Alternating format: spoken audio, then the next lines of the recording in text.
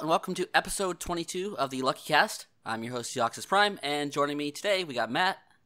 Hello. We got Collin. Anime. And live via satellite from Funk's house, we have Frank. Hello. We have Funk himself. Hello. And we have special guest DL. Hi. You know, this is the first time DL and Collin have ever been on the same anime podcast together.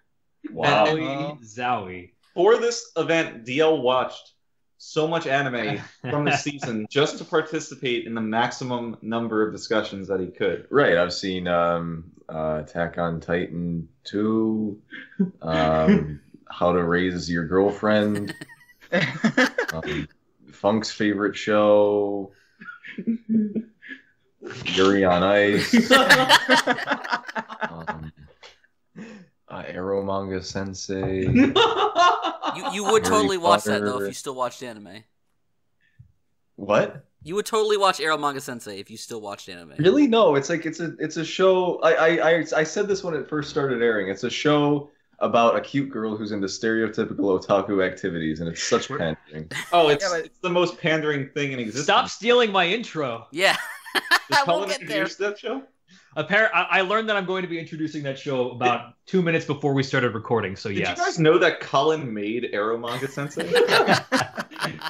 Yeah, unfortunately, Kenny's not here, so we had to divvy up his shows. Although, Do I still have the most? Matt has 3 as well. Right. He was very impassioned by that.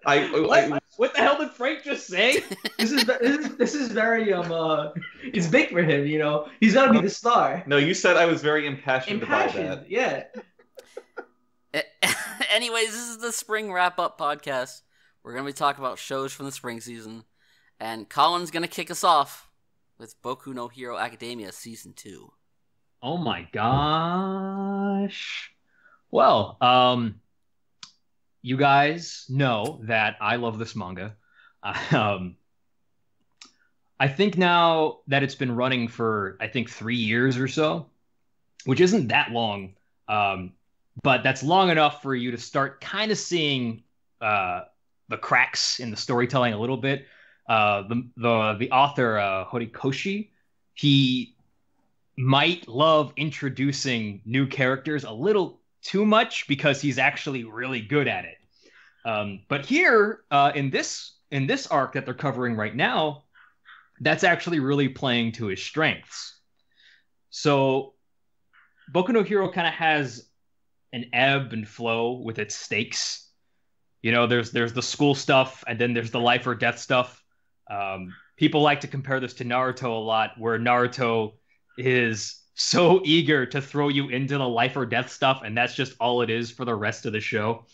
Boku no Hero actually has like a nice sense of scale and how with each arc it kind of builds. And right now we're in sort of a lower stakes arc, but it's still a very good one. And I think using a tournament arc early on to show kind of the expansive cast was just a really great idea. Because these guys are going to be sticking around, and it's kind of an economic way of showing what everyone's about, not just in terms of their powers, but also their personalities. One of my favorite examples of this is, you know, when Deku thinks outside of the box and he puts Tokoyami, who's the bird guy, on his cavalry team. It's like you can see or you can feel the scope of the world expanding right when that happens. And that's great world building. And you'll start to see a lot. World building? No, it is good world building. I don't know. Because it's introducing characters in a way that makes the world feel bigger and kind of it shrinks Deku's role in the world, but not quite his importance in the story. Right. I think all that's true. I just don't think that when I think of that there were like other people out there doing their own thing, right? That you may have not thought of. Yeah, I don't know. That seems, as far as world building goes, I think that's kind of a weak example. Really? Yeah. I don't maybe character can be world building. I just think that I could just have a wrong impression of what world building really is, or what good examples of it are. Which Well, no, I mean, there's a lot of other people vying for that #1 spot, trying to do their own thing. I just don't think that that's necessarily world building or particularly good world building if it is. I mean, if you think about world building in the sense that it expands on the setting, then I guess it would be, right? Because it's broadening your scope of the characters that you follow. So, I mean, if you're going by that, then yeah, I guess you could call it world building. I think you're arguing the semantics of the word world building here. I mean, potentially. What else do we do here, Frank? Yeah, I guess so. Anyway, continue, Collin. Well, I mean, I think you start to see a lot of other stuff with the world building. Like you get to see kind of how sick the world of heroism is kind of becoming. You see guys like Shinso who are kind of left out to dry. Shinso being the mind control quirk guy. And you have Endeavor, who's just a total shithead, and he's the #2 hero. And there's a race to the top going on. And it seems like Deku's the only character who kind of gives pause and thinks about what it actually means to be #1. And when he shows that he really is the most heroic person participating in the whole festival, the world doesn't really understand or appreciate it. They're just like, oh shit, this kid fucked himself up real bad. Which kind of brings me to my favorite moment of the season thus far, which is the total anti-climax of the ending to the festival, which is Bakugo getting blown the fuck out hard. Bakugo being such a piece of shit, he's got like no shred of decency. It's just great. And him being, he's the real deal. He's actually as strong as he acts. And that tends to piss off viewers every now and then, because they really, really want to, like, they desperately want to see him get taught a lesson, but he can't learn. Like, the point is that he can't learn that lesson by being overpowered physically. And that's where we have the perfect pottery going on between him and Midoriya. Because I think it's very early on, he talks about Deku. That is, he talks about learning about the truth of the world at age 4. That some people are just born better, and the perfect irony here is that Bakugo learns the exact same lesson at the same age. The moment Deku extends a hand to him when he's fallen down, Bakugo just finds out that Deku's just more suited. He's more heroic than him. And he gets reminded of it. Because he can't bring out the hero in Todoroki, and it's just great. Anyway, that's just my quick take. Collin. Yeah. Are you aware that you're championing what might be the most normie show around? And I say that fully aware that this season also contained the second season of Attack on Titan. Are you aware of that? Well, a lot of the time stuff is entry level because it's good. Right. So we, to put this in perspective, we all went clubbing last night with somebody who swore up and down by, quote, the My Hero Academia manga, end quote. Oh, wait. If you're about to spoil something for the guys here, for like Steve and Matt. No, I'm not getting into any of the plot details. Okay, all right. And I didn't have anything spoiled for me as somebody who's not read it.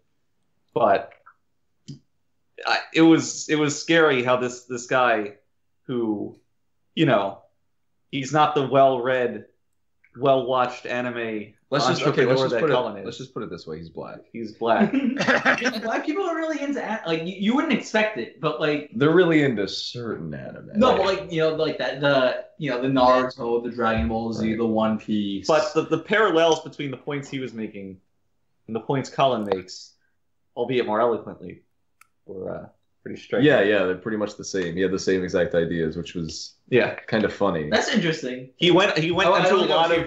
He went into a lot of. I don't think I was here for this. You were not. It's far from a subtle show. No, but It's Specifically, very. I mean, it's very accessible.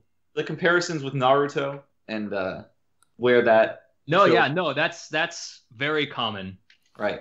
A lot of people just think that like Horikoshi was probably reading Naruto and he's like, this is shit, I could probably do it better, and then he did. Yeah, and the show's great. Like, I don't have anything prepared like Collin clearly did. Yeah, I mean it's a lot of people pitch it as like those other shonens, but without the bullshit you hate. Yeah, Well- that's probably the most concise description of it. That's Well, the elevator pitch. We do have someone here who gave the first season a perfect 10.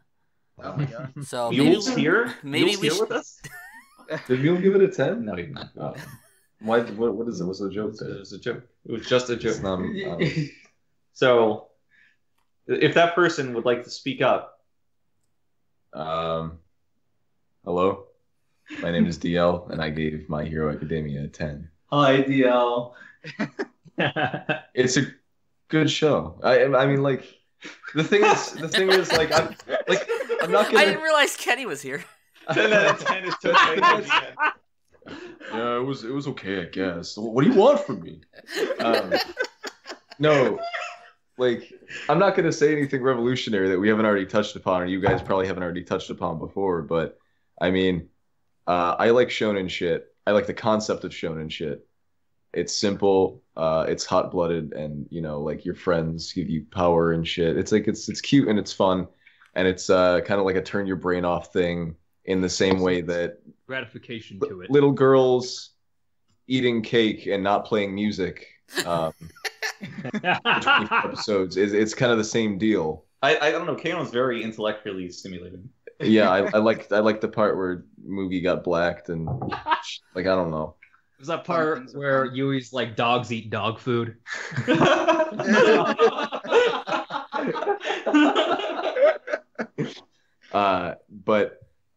Yeah, My Hero Academia, it just does everything perfectly. I mean, we can, if you want, we can talk about like episode 10, which is like one of the best episodes of anything that I've watched in a long time. Which one was episode 10? You know which one episode 10 was. It was, it was the big fight. Yeah, it was the big fight. between It's the Todoroki. big fight, kids. Where It was the big where day. The flame, where the fire got released, and his dad just basically ejaculated all over the place. The one thing I did really like about that episode is it felt like it was actually a smart use of flashback, whereas they didn't dump all of his story into that one episode. Like, Yeah. there was bits and pieces before, and then you just got the amount you needed at the right time to accentuate what was going on in that fight. Yeah. As someone, DL, I know you hate fucking flashbacks. Right. And I mean, like, I don't hate flashbacks. No, you So hate much as- flashbacks. You complain about them every time. I hate it when they're used in a ham-fisted way. Welcome to And Japan. Right, and that's the problem with anime is that most things are ham-fisted. But I agree with Steve. They didn't bother me at all here, and they never really bothered me when they're used in this show. I don't know how often they are because I don't even notice them. But flashbacks fucking suck because half the time they're used, it's like you're following a show, you're balls deep in the season. Really enjoying the plot for whatever reason, God knows why. But you come to like episode 7 or 8, and then like the first like 15 minutes of it is some shitty Wait, is this our flashback you don't segue care into about. Attack on Titan? Or- It could be. It could be. But yeah, they kill momentum. You're invested in whatever's going on at the time, and that you're completely taken out of that. And the thing is, most of the time they're used when introducing a new character you don't know about. Correct. And they're used to kind of like catch this character's development up to the characters that you do know about and have been developing naturally. They kind of like have to artificially like give this character something, substantial about them. And they're like, oh fuck, we'll just throw a flashback in there. And that is the worst thing. That's the worst shit ever. I hate that. I can't stand it. But anyway, I'm sorry. I'm getting off topic. I think Never watched Bleach.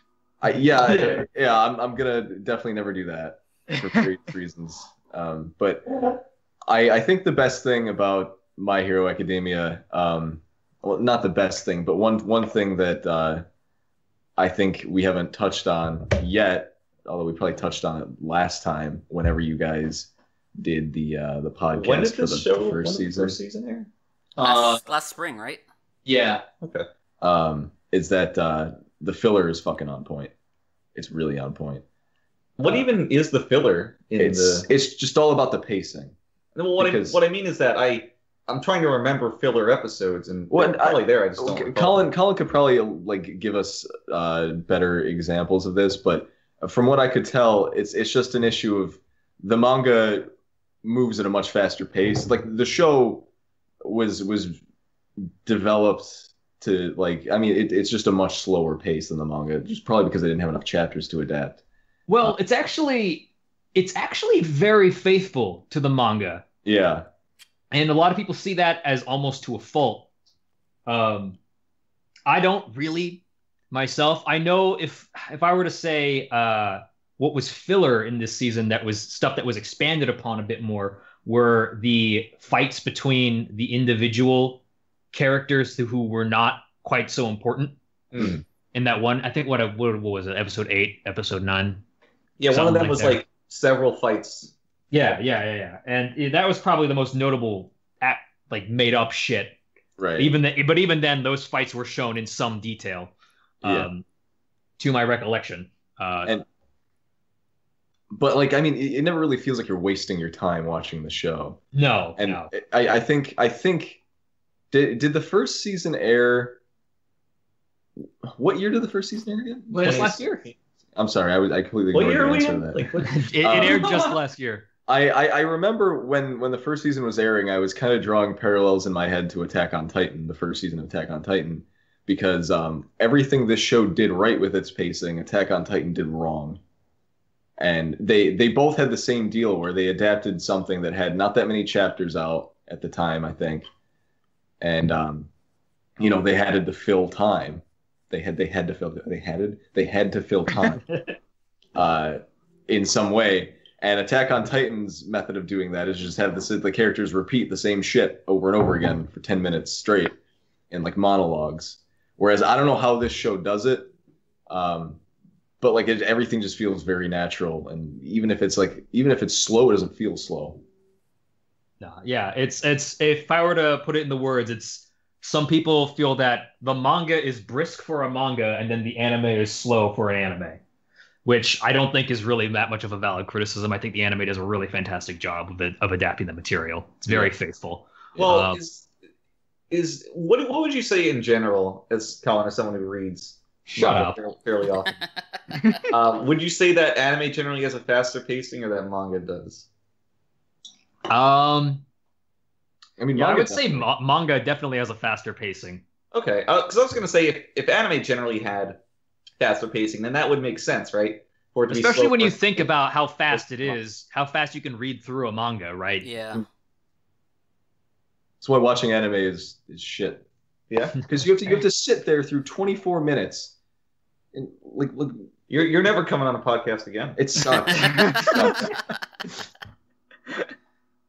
Manga is always the right choice. And it's very different for a show like, or I should say a manga like My Hero Academia, which puts out weekly releases, and you can just churn them out every week, as opposed to something that takes a more monthly approach, where has a ton of fucking hiatuses. I mean, you can sort of churn them out every week. Have you heard about? I mean, the work schedule for working for Shonen Jump just sounds terrible. Yeah, it's honestly so all over the place.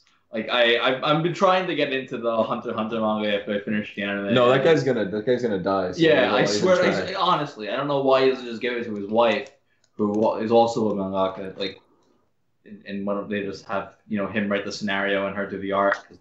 It's honestly a little ridiculous at this point. But did you see the pages when he was really sick? Yeah. Oh my god, they look so bad. it was like comical. So bad. It's like chicken scratch on a page. Yeah, honestly, it's depressing, but that's manga for you. Yeah. Hey, hey, you know what? What's another thing I like? What'd you like, Colin? I really like how the limitations of the powers are portrayed. What a flawed power. Well, I mean, you look at the Todoroki and Midoriya fight, and it's not like a matter of I'm losing energy, right? There's no visual indicator for this whatsoever. No one's hair goes back to black. Yeah. Well, it's like, well, how do we portray this visually? What if we just show him fucking up his body over and over again? And it's Right. like, oh, that looks great, you know? Obviously, you have those limitations to be overcome, and when you see him fighting through that pain, it looks great, you know? It evokes exactly what it evokes in the audience exactly what they're going for. It actually like encapsulates the physicality of what's going on, whereas a lot of other shows, just characters on the sidelines will just say, like, boy, they look tired. Yeah. Yeah, that's true. I didn't even think about And that. then maybe one and shot like of when- them panting. like Deku pulling his thumb back with his cheek. The He absolute can't move it madman. anymore. Oh my gosh. And even just other stuff like Todoroki shivering or like Tokoyami being weak to bright light. Stuff like that I really like.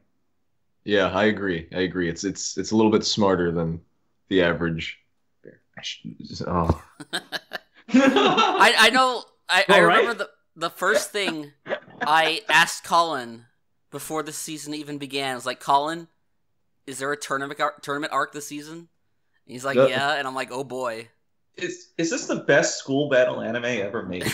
Oh my god. I mean, if you take it in those contexts, maybe, yeah. It's pretty fucking special. Like, I enjoyed the first season, but I think the second season has just been levels above where that season left off. Oh my god, yeah. It's been pretty fucking amazing. Like, Well, it didn't have to deal with like the origin story, right? Quote unquote. Insofar Yeah. as like the whole show basically is. But one, even then, like, one Right. of the things I felt about the first season is that they had this large, interesting cast of characters, and they didn't really do anything with them. It was just like Midoriya and All Might and stuff like that. Whereas Where's this, my Mount Lady? no, but in this season, like, even if it's going through at a pretty fast pace, it's still taking time to cover everyone. Like, everyone's getting even characters like the mind control guy. He had like 15 minutes in one episode, and you perfectly get a feel of his character in those 15 minutes. Yeah. And it's really well done. Or like Ojiro, who's the tail guy who gets mind controlled. He only has like 2 minutes. But by the time he's gone, you're like, hey, I like that guy. Or the dude with the tape dispensers for elbows who gets utterly wrecked by Todoroki. Oh yeah, Seto.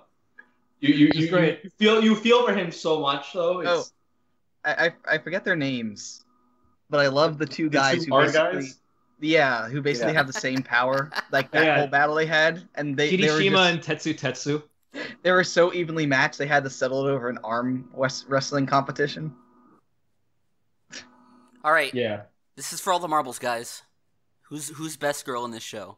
Oh, God. It's actually such a tough call. It's This is- it's an easy call, and it's pachinko.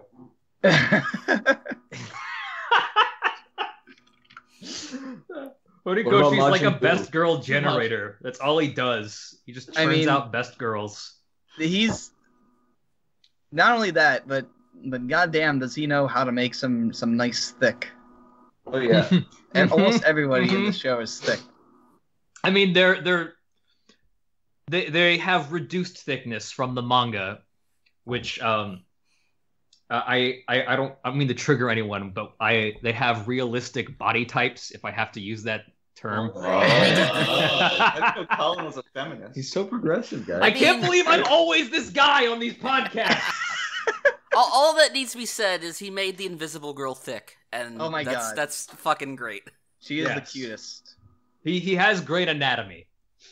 I will say, I mean, we haven't seen a whole lot of her, but what's her Uh-huh. name? The science, like the inventor girl? girl.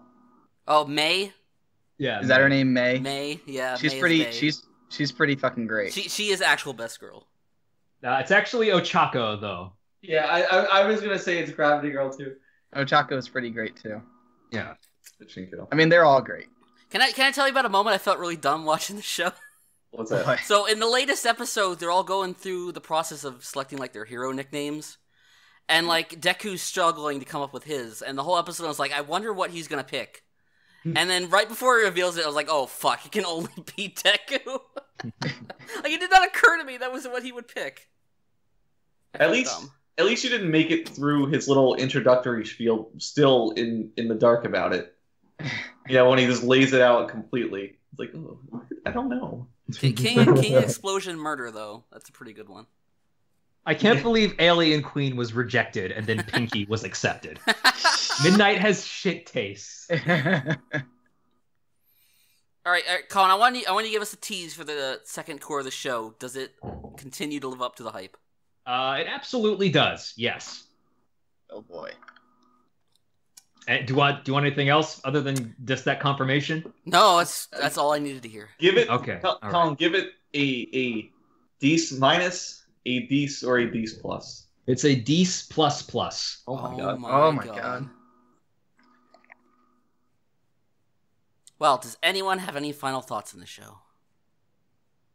I think I did, but I'm going to be here all day otherwise. I want to ask DL because this is the only show he watched, so speak now or forever hold your peace. What am I speaking about? Final thoughts on the show. It's a good show. What do you want from me? Thanks, Kenny. Takes it. Yeah, if someone's listening to this and you don't like shonen for whatever reason, This is the show. yeah, this is the one. It's amazing. It's just the highest quality shonen you can get for your $1. Assuming you're paying for Which it. is 0 for us. Yeah, And I'm paying a monthly subscription to Crunchyroll. I am too. Oh, they're What a such cuck. good citizens. I'm supporting the industry. No. I'm not saying that. I'm not saying that. Because the people who say that, and I've already said this a million times, the people who say that are such bullshitters.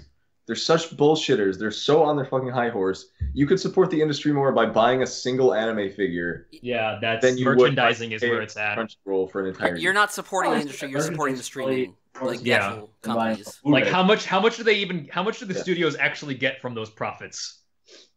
I don't know, but like Frank said, even buying Blu-rays isn't. You're not really supporting the creation of new anime by buying Blu-rays as much as you are by buying merchandise. Right. Which I guess is kind of a problem with the anime industry. Which is that's why good Kino shows don't tend to get that much money because they can't be merchandised. Right. Like, cute girls and Buy our fighting figs, shit. boy. Yeah, so I don't know, they seem to merchandise You know, the hell out you know of how Evangelion. you know how you expand the market How's that? by airing shitty dubs once a week at 2 a.m. in the morning on Toonami. That's how you expand the market. wait, Colin just said shitty dubs. Oh my god. There are shitty dubs. Well, what? Is Attack on I mean- Titan sub really that shitty? I haven't seen it, so I wouldn't know. I don't know. Does it air at 2 a.m.? Did I just? I think it airs pretty late. I know that. No, I wasn't referring to anything specifically. I feel like this could have been a more Hey graceful man, I think transition. I think there are good dubs out there. I'm just saying there are shitty ones. A lot of shitty ones. We watched Prison School not that long ago, and yeah, that's got a shitty dub. Once Colin gets into the industry, he'll fix things. I'm not sure if that's the work I'm gonna be looking for, but if I get it, I'll be sure to take it as seriously as anything else. I'm voting for Collin on a platform of saving anime. Oh my god. If Colin ends up in an anime dub, I'll watch the dub. Yeah, I will too. All right, so moving from one second season to another, Frank, All right. So talk I about was- Titans. Yeah. So I'm gonna talk about Shingeki no Kyojin. And Whoa. before the season started, I swore up and down that I wasn't gonna watch it because So I did really. Funk. What's up? So did Funk. Uh, I did not say that. I'm pretty sure you said you weren't going to watch this show. No, I said that I did not like the first season very much, but I'll probably watch the second one. yeah. No. I was the one who was very adamant against watching. That's the even second more season. baffling to me. And so, how's that baffling? I wasn't a fan of it for a lot of reasons mentioned already. There's a lot of problems with the pacing. There's a fuck ton of flashbacks that are just really shitty. And this What did you score the first season, Frank? Just curious. I gave it a 6, I believe. See, I gave it Okay. a 6.2, and he's like, I couldn't stand it, and I'm like, it was fine. I didn't say I couldn't stand it. I just said that I wasn't big on I wasn't gonna watch the second season. So I go over to my friend's house and I go over there on the day that the premiere airs, and they're watching fucking Attack on Titan season 2, and I'm like, I might as well just fucking watch this now. So I started on the second season, and I figured the fact that it's only 12 episodes would probably help significantly with the pacing. And I think to a degree it did, just by matter of it being, they have to cram more material into how many episodes was it? 12, 13. Overall, plot-wise, we didn't really get a lot of movement. No, not at all. Actually, yeah, we got like a couple of the big revelations, but that's but overall, taking it from point A, which is episode 1, to point B, which is 12 or 13, not a lot happened, and we get a lot of conflicts introduced here that are not embellished upon. Like episode 1 starts with this whole, oh shit, there are titans in the walls, what are we gonna do about it? And that's kind of just brushed off to the wayside. Mm-hmm. Is that like a new horror movie thing? Titans in the walls now? Oh, lady in the walls.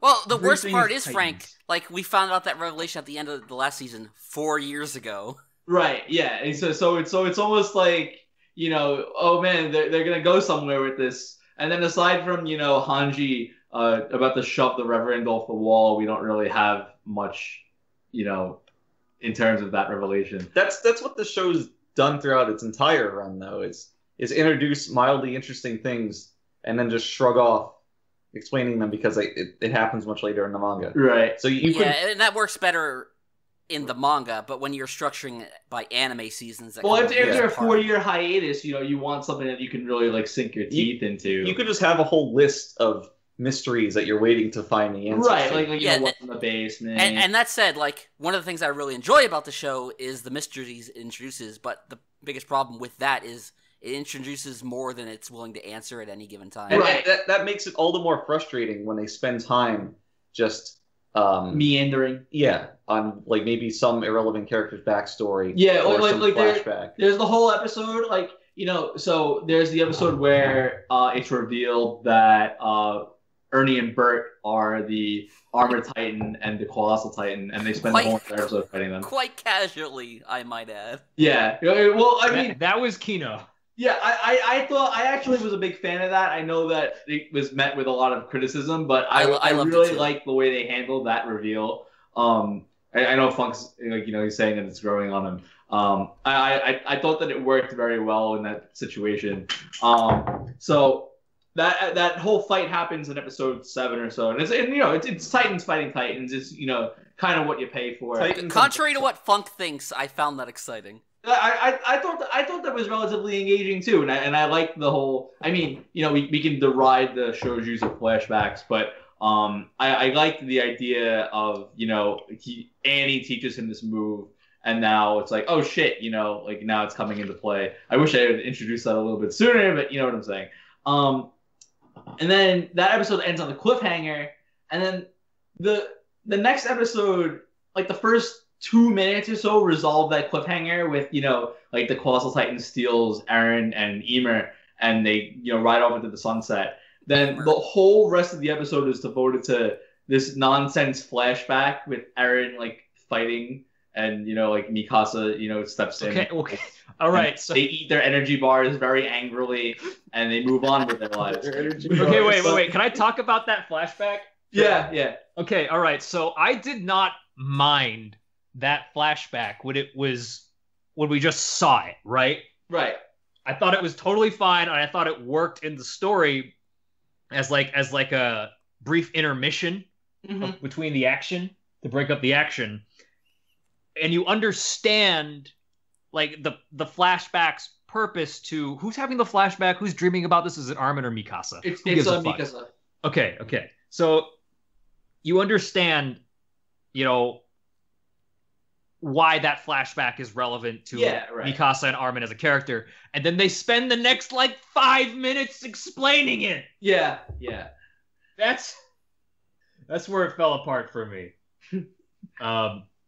But the scene where they reveal big flesh and armor, I thought that was great, and I actually thought that was an intentional like directorial choice. Not Oh, it apparently. absolutely was. No. But according to Steve, it's like a 1-to-1 adaptation from what it was in the manga. Yeah, I thought like, it was. I almost thought it was like a wink to the audience, like, yeah, we all fucking know this. Yeah, in the manga, like there's a different conversation going on in the foreground, and that conversation's happening in the background. It's just there's no attention drawn to it, which is. I think that's a very good way to handle that, honestly.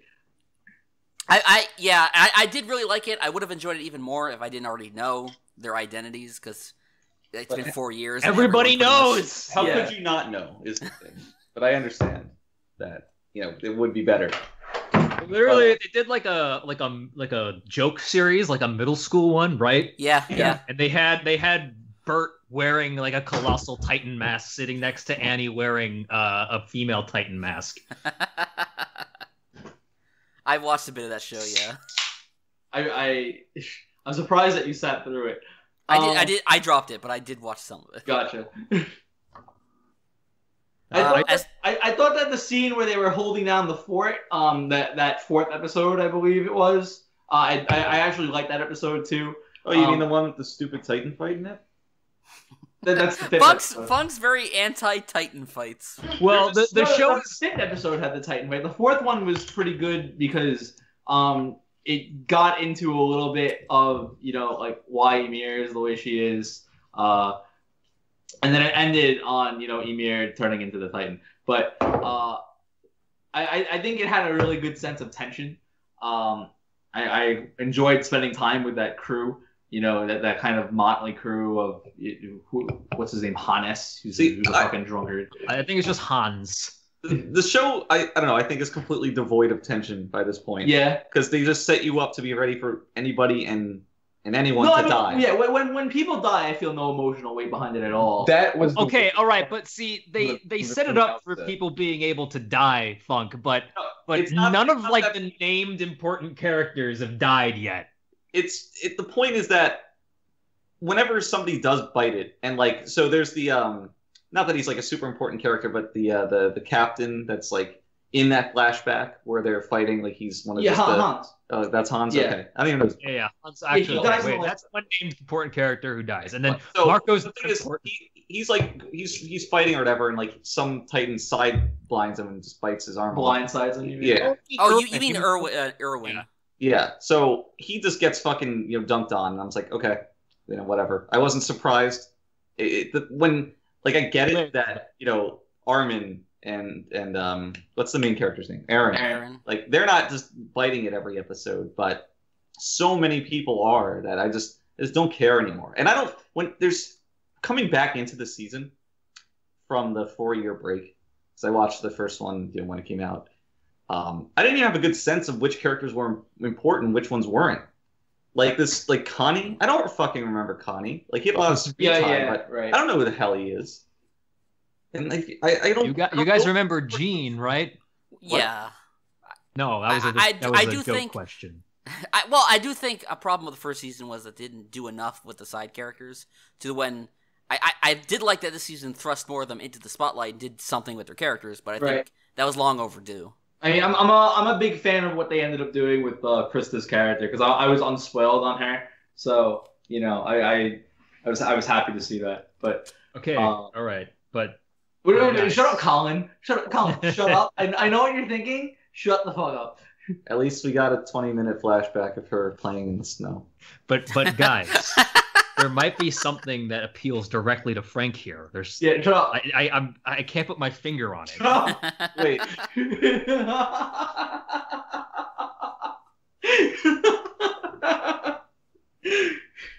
I feel dumb. I don't get this. Wait, you don't get it? I don't get it. It's gonna be another thing where you insist that they're just good friends.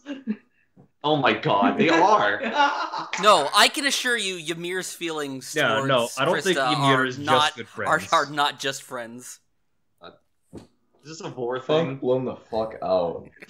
So okay, wait, but there is one thing because someone brought up Hans earlier, and I'm positive it's Hans and not. It is Hans. That's what they say. They say Hans. Okay. Say Hannes. So. The Titan that kills him, it's the one that killed their mom. Yes.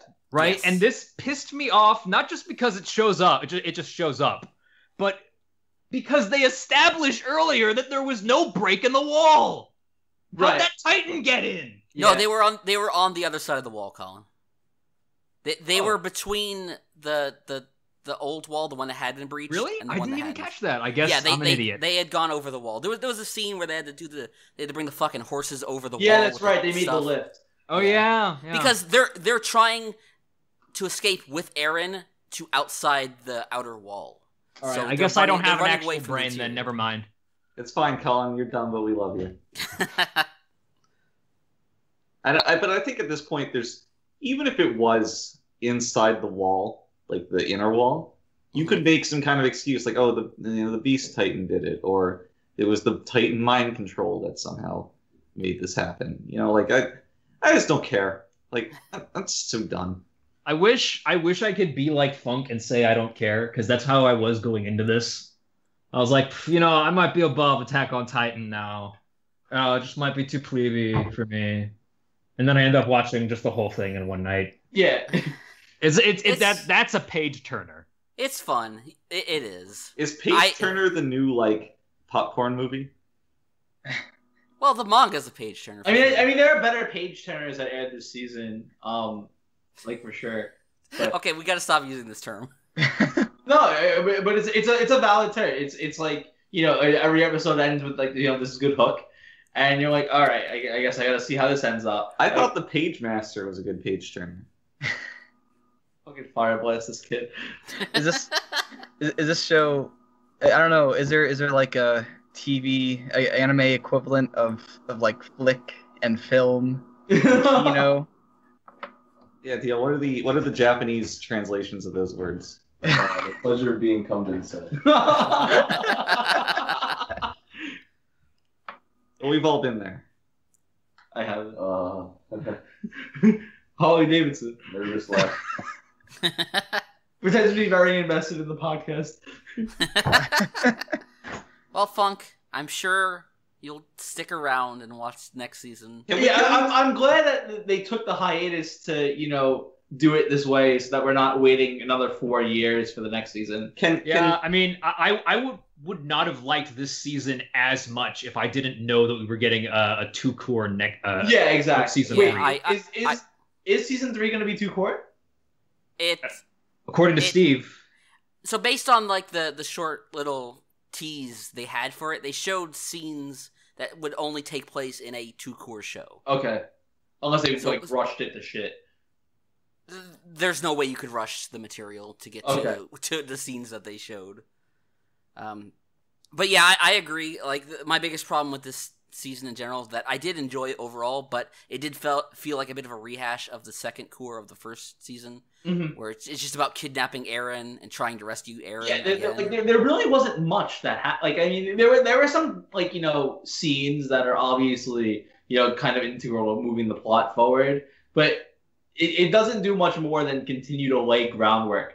Yeah, the season is generally about discovering the identities of the armored and colossal titan and fighting them. But that's not, you don't really get into that until halfway. That sounds. I think the Ymir and Historia stuff lended the season a bit more heart than the second half of season 1, where there wasn't. I feel like there weren't a lot of characters to get invested in that. No, part. that was just we got to get the female titan for 10 episodes. Who could it be? Yeah. Maybe it's the one person who's not here. Oh my god. Have you ever seen Annie and the female Titan in the same room at the same time? It's funny because the female Titan's so big she can't fit in a room.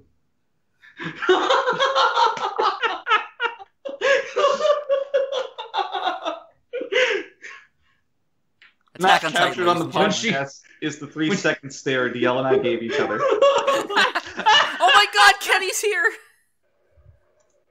Kenny. Hello? We're in the middle of the podcast right now. Oh. Hello, Kenny. I tried to get in touch with you. It was we're starting at 8 o'clock. I fucking fell asleep. I wake up, I see a text. I'm like, oh shit. Oh, Kenny. Kenny, what was your favorite show this season? Recreators. I'm sorry, but we already discussed that one. No, we God damn it! No, we didn't. We're just finishing up the Attack on Titan discussion. If you have anything you want to add to it. No. Okay. Was it good? Kenny, Yeah, who is your favorite Titan?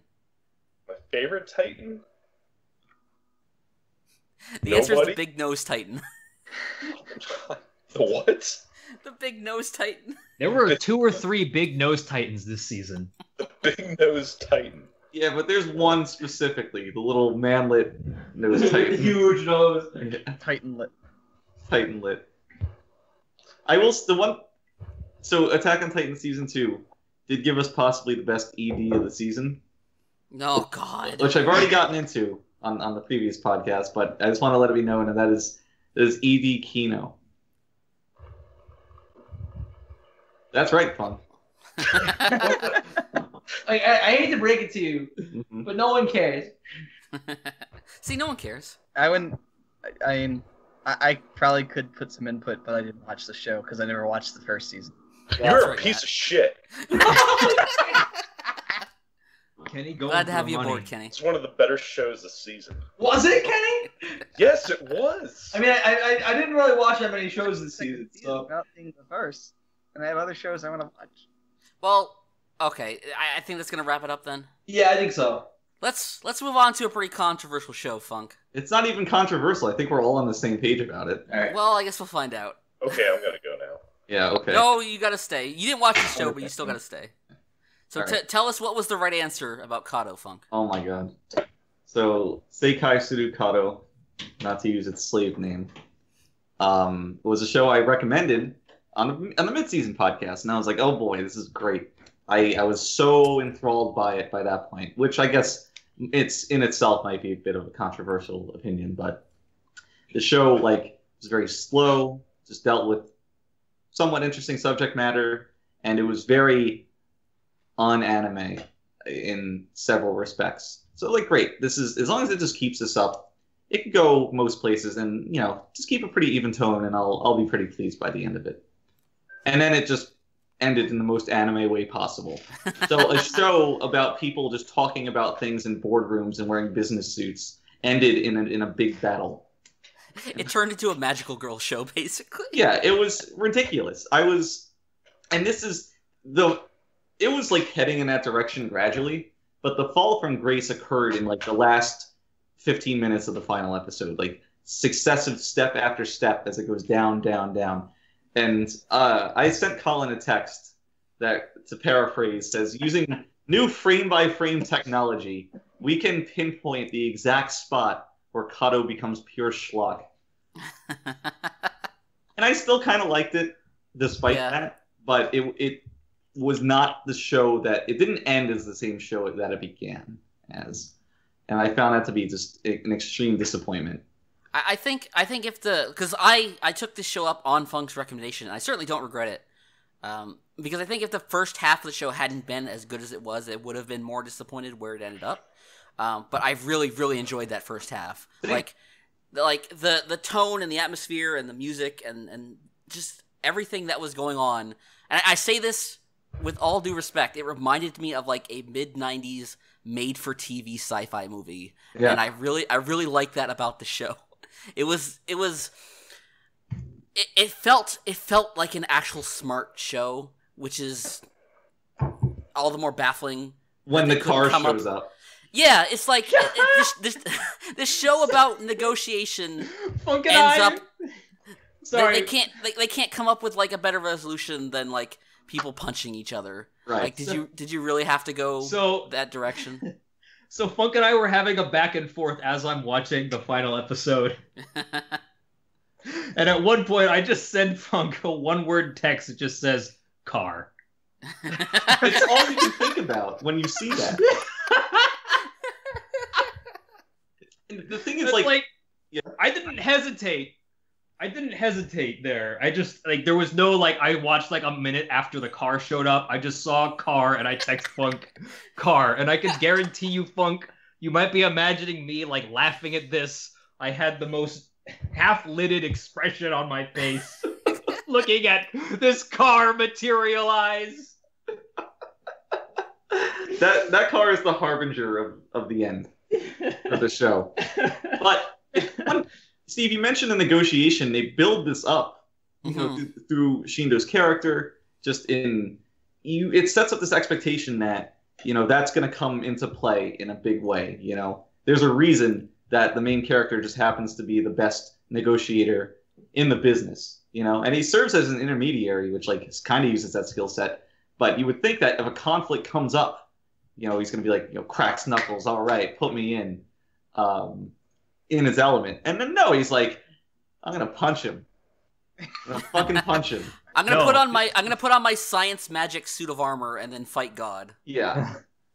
The reason he's a negotiator is because that makes him smart, and that means that when he says things, people agree, and that we can move the plot along. Wow.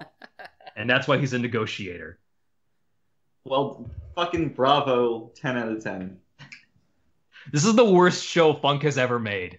Oh my, yeah, you gave it a 4. I don't know how you arrived at that score, Collin, because I imagine that you didn't like the first half as much as Funk and I did. So. No, I feel that people claiming it was good and then took a sharp turn for the worst are mistaken. So let me ask you, what didn't you like about the first half? Well, it kind of has this transhumanism theme going on. Mm-hmm. There's a layer of that, but it feels like all the interesting discussion is being had outside the show. It feels like questions aren't really being posed within the show itself. Right. I guess you could say it only has answers. No questions. People were saying that the show is good, but really the discussion being had is good, and that was the fun of it. And that's particular, again, that's because we already brought this up, but that's particularly bizarre because the main character is a fucking negotiator, and it doesn't feel like anyone's taking time to discuss this stuff. Right. Yeah, a lot of fun of the show is the what if, and I'm sorry to shit talk the show you made, but it's a stupid people writing smart characters scenario. Oh my god.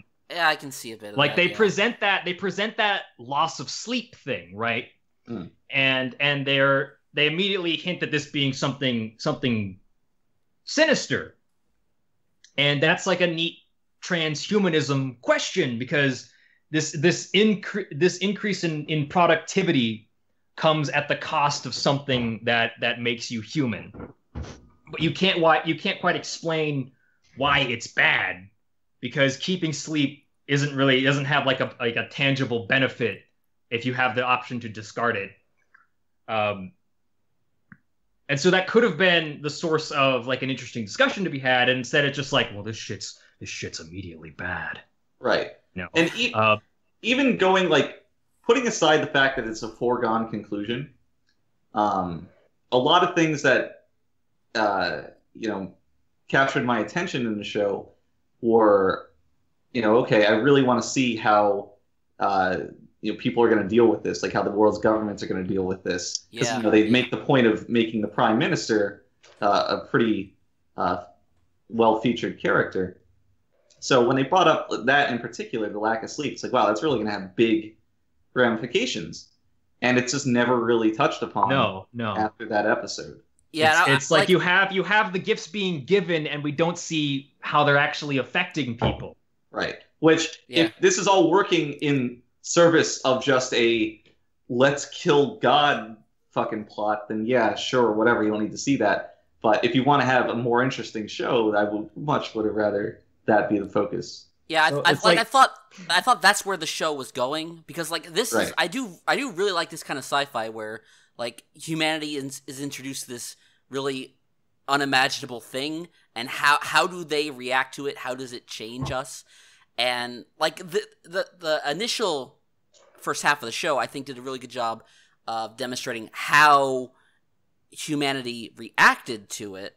And they did so in a pretty sensible and realistic manner. But like you guys said, when they started introducing things that they were talking about how do we advance humanity, and okay, we have these things that advance humanity, but we don't ever really see the end result of it. No, and then we have all these. Sorry. I was gonna say at the end they're just taken away anyways. Right. Yeah, and we have all these characters in the show. It's a very large cast, and their only purpose is to have different characters move the plot along instead of kind of exploring or feeling the show's themes. Like the wrap up for the reporter character, Right. it's just we're going to report the news just as we always have. And it's like this has nothing to do with him being culpable in removing humanity's ability to sleep. And that's his final line in the show. Yes. And the thing is, the show immediately went downhill the moment they thought that they should include a villain in it. This is not the way it was set up. The story did not need an antagonist, or and I think that. I do agree, and I think the way they did it is probably about the only way they could do it. I do agree it's not necessary, and I do think it's a bit of a failure of imagination because this is just the same kind of old science fiction thing of you have this being that's above humanity who doesn't have human emotions, and then he comes in contact with humanity and develops emotions, and he changes to become human. It's been done so often before. I really didn't want it to be done here. Yeah. And it gave you, at least it gave us, maybe not Collin, the illusion that it was smarter than that. Yeah, and it's I get that, we're humans, we can only write from our perspective because it's the only one we know, but it's a very, egocentric way to write alien characters, right. And it's done far too often. Collin asked me if Zashnina was on his period during that final episode, and I was like, yeah. He was very gay for Shindo. We're all gay for Shindo. Why was he gay for Shindo though? Over the scientist, because the scientist is the one that's is more his speed, right, in terms of personality. She's the one who's able to figure all this shit out. Well, then she wouldn't be gay for her because she's a woman. Right. Okay. Yeah, we can't sell that. Right. Although, wait a minute. Hold up.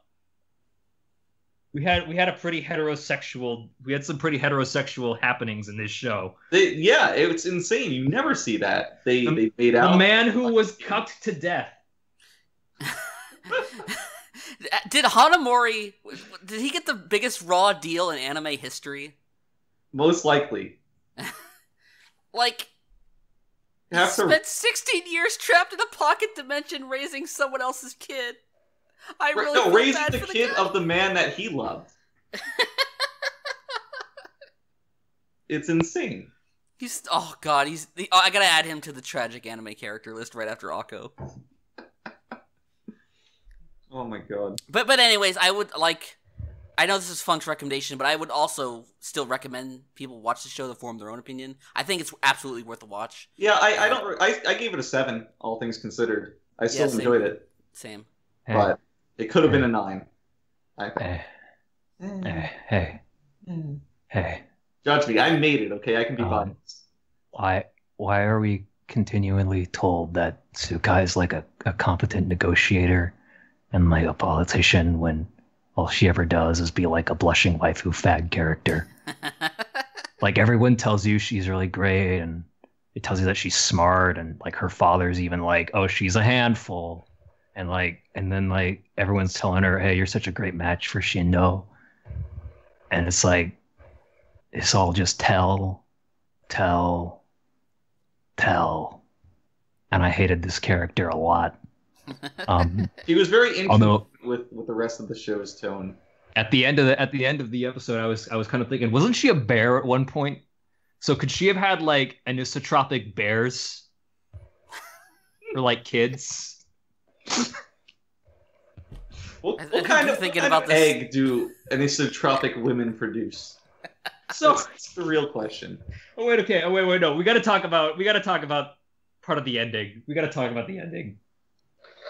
We gotta talk about the post-car scenes. Okay, so all hell breaks loose. Yeah, wait, okay, but so why does the daughter have a higher power level than Zashunina? Because she's both anisotropic being and human even though human's a lower life form, that somehow makes her better. How does she have more dimensions than him? How does this give her the ability to overpower him? Maybe it's because of Hanamori's raising. Like he taught that. Is Shindo? So here's where they kind of they're able to balance the het with the gay, because Shindo ended up being so gay that he died to impress or surprise Zashunina. Yes. To be fair, it might have been the greatest scene of the entire show. Not scene, but shot. Just when Zashunina literally rips out Shindo's heart. It was. I screamed. I was like, Jesus Christ. This is so much worse than failing to stick the landing for me. Right. It's they just changed what landing they were going for. Yeah. What? You ever see Final Destination? I think so. It's like when the gymnast like folds in on herself and just like just dies. That's right. What this show did. It's kind of unreal. I would almost say that it's worth watching to experience those last 15 minutes, because the way the show completely unravels in an implosion is kind of magical, right? I've never experienced an ending of a show like this, where it flies in the face of every expectation that I've had, while giving me an extreme dose of disappointment, while also somehow being a little bit creative. And like, I still feel like there was talent here, but it just was completely misguided in every possible way. So I don't know. It's a slow burn. If there was no fire for 7 episodes and then someone threw a grenade on the wood on episode 9. I'm gonna wake up in 5 years and just be like, "Oh, I get it." Like there's got to be something I'm not seeing.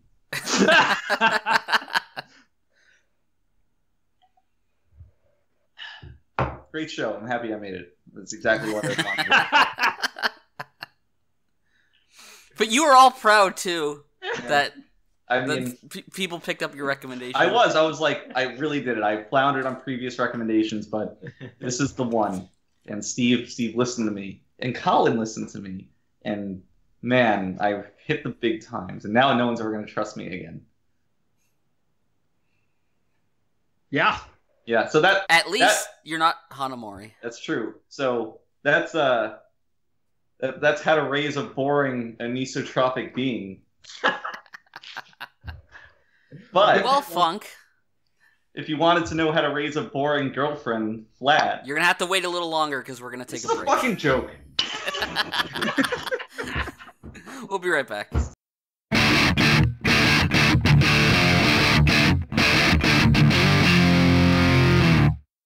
Welcome back to the Luckycast.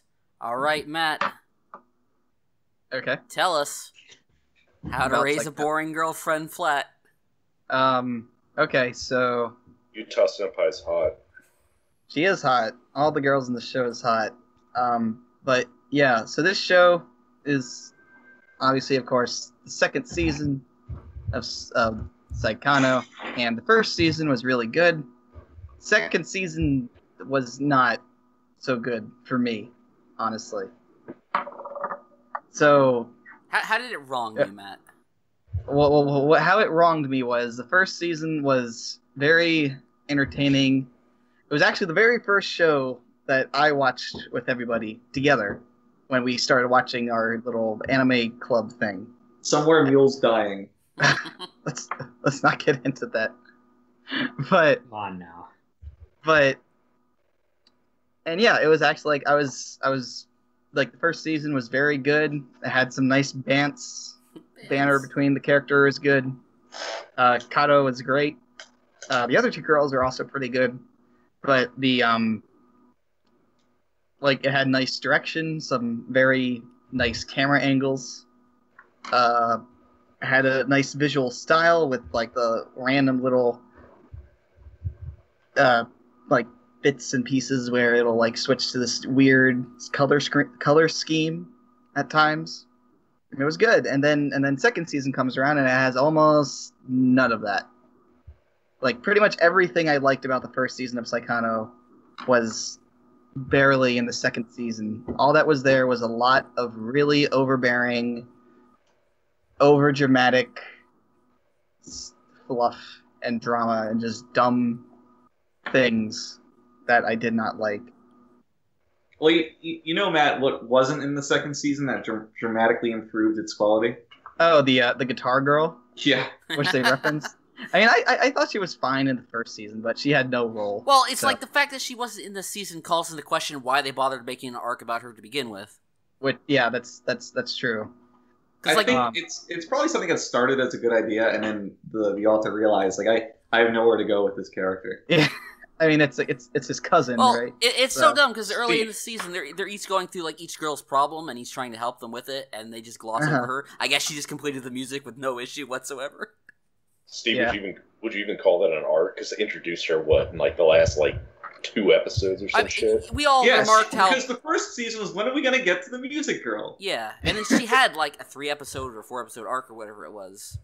But it was just an excuse to fucking drop in the Gurren Lagann theme. Pretty much. Life's a fucking joke. But yeah, I guess the only thing I want to mention. So I finished this show today, and good lord, is episode 9 such a giant piece of shit? Holy fuck! You'll have to remind me of one that was. Yeah, because I went back and looked up what that episode was. I'm a little curious. I'm not exactly sure what was so bad about it. The main reason is just for the last scene of it. So that's the episode where it's revealed that Utaha and Erori kind of got scouted, right, by that crazy redhead girl, and then they go to meet up with her to read her proposal for this game, and she basically just shits all over them and goes like full yandere mode. The animation is completely ridiculous. Like they have all these crazy. It was the most it was the most forced, ridiculous, over the top drama I have ever seen in like a show that's supposed to be having a semi-realistic kind of feel going on to it. And it was just so dumb and so stupid. I mean, there are a lot of things you can say about Saikano, but realistic I would not put as one of them. No. I mean, it's not... It takes place in a universe that feels like it's like not far-fetched from our own or whatever. It's not My Hero Academia where there's people flying around with superpowers and stuff. It's like it's just a slice of life show basically. Right. The setting is realistic. The characters themselves. No. Less. I mean that's not what it's set in it had like there's some amount of reality to it, I guess. I don't know. Like, I don't know. You're right, but also like all the characters in this show are essentially archetypes for a reason because the show comments on that. I don't think taking one of them and pointing out like that issue is really a detraction from the show because they're all like that. It just felt so over the top in comparison to everything else. The drama in the second half was more like far more than we've gotten up to this point.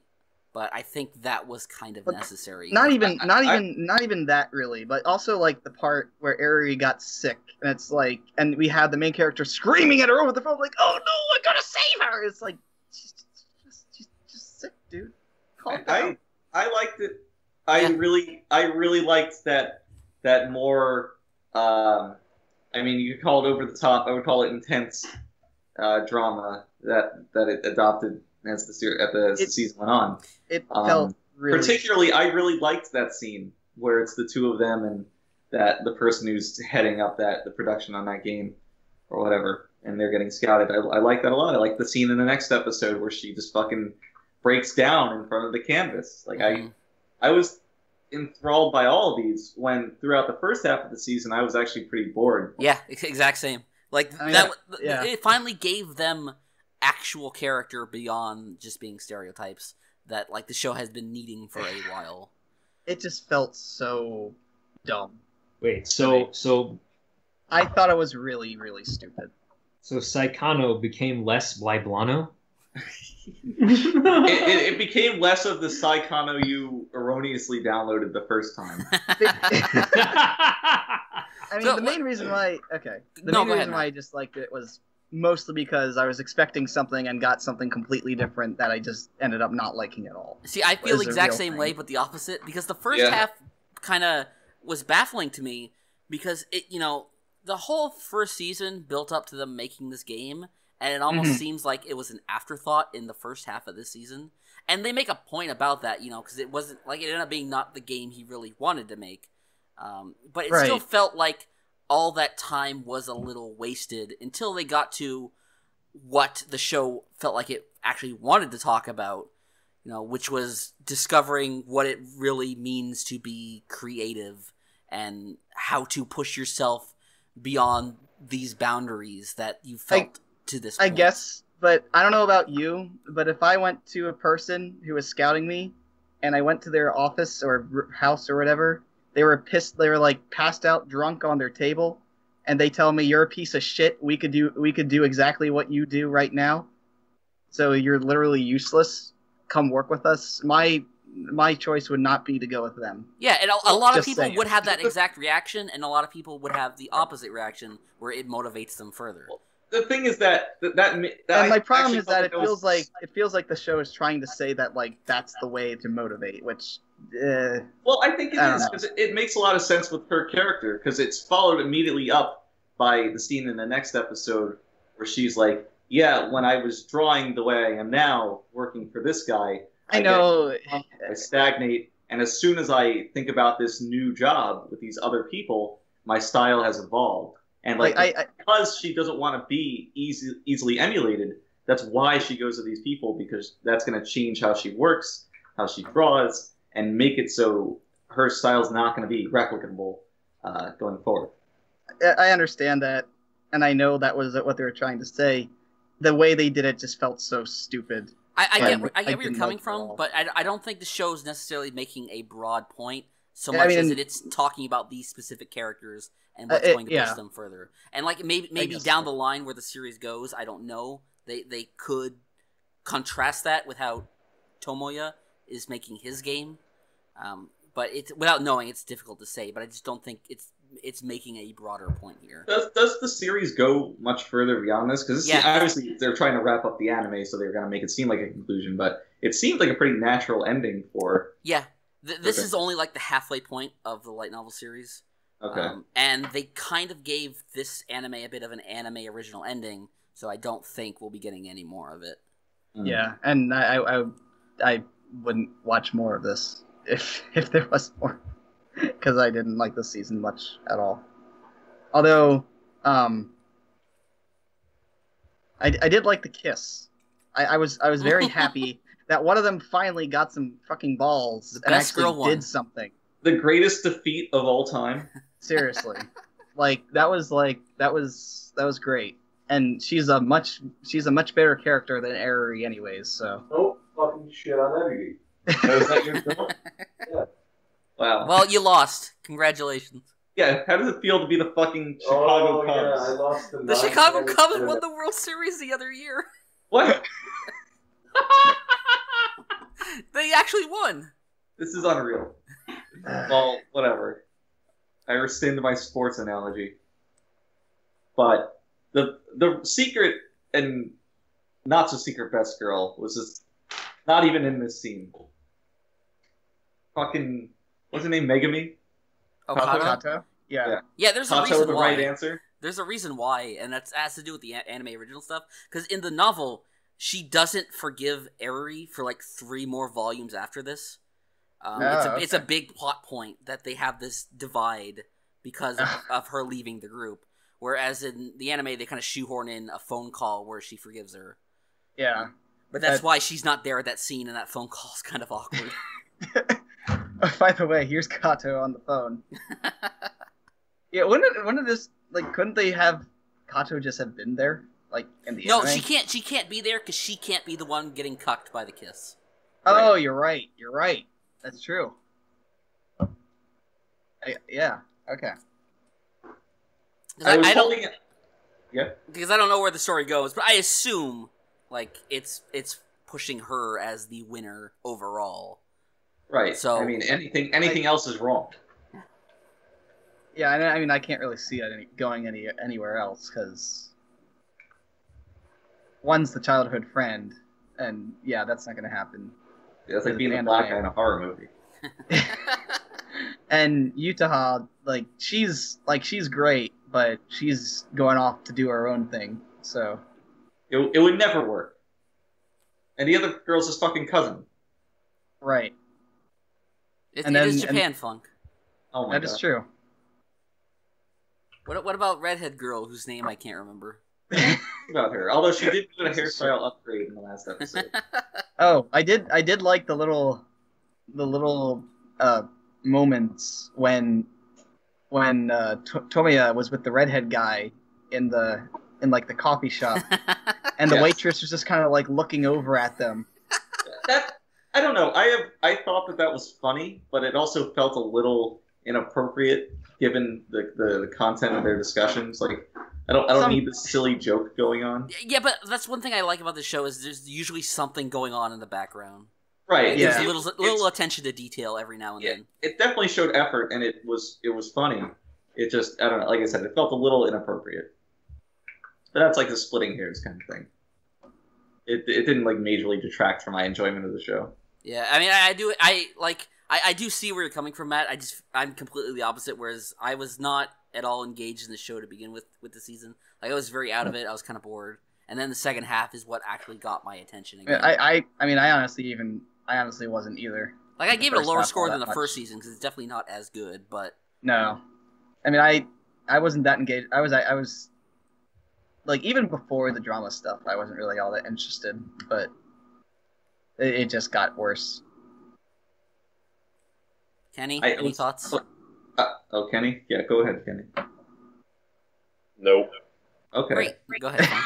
I was holding out hope in the last episode that they would reprise the original ED because of how great that piece of music is, and it's never a thing to bring back EDs. It's the OPs that people cling to, but the ED from the first season was a piece of magic. It was So good. It was so good. You'll never have it again. I'll never have it again. And I'm not going to say I was disappointed because it's not like they should have had it and they didn't. It's just, but I was a little disappointed. But then that's all. That's the only point I want to make there. And I like the ED for this season, but the first one is one of the better EDs. Definitely in the top 10 percentile of EDs. Anything else you guys want to add? Yeah, I thought Hey. as much. Hey, Hey. is Tomoya still shit? Yeah. Yes. He's still pretty shit. Although he does get shit on a lot in this season, so you might actually like it. And Eddie also gets shit on. So Yeah, he gets cucked in multiple ways pretty hard. oh, that's So good. I and think so does Collin- Eri actually. I think Collin would enjoy this season more than the first. Just given the content of both. As opposed to the first season, which you only liked for the cute girls. Right, Collin loves cute girls. I mean, I won't deny that at all. That's the I'm only pretty- reason Collin I'm- watches anime or watches anything. I mean, I'm pretty shameless, I guess. You like the HBO show Shameless, airing Wednesdays on HBO. That's right, starring William H. Macy and Emmy Rossum and whoever the fuck played Goku. Right. So be there for the second core of Shameless, starting July 22nd. Giku. Showing Shameless. Hey, Krillin wasn't in that movie. No, he wasn't. Lucky him. Oh, All right, we're going to move on to the next show, which is Recreators, which was my recommendation on the mid-season podcast. and look, Steve just knows how to pick them, I guess. It's not fucking fair. And yeah, if you want to know what this show is about and my overall thoughts of it, you can listen to that discussion because it's largely unchanged. I'm still really into this show. I'm actually more curious what the people who weren't on that podcast thought about it.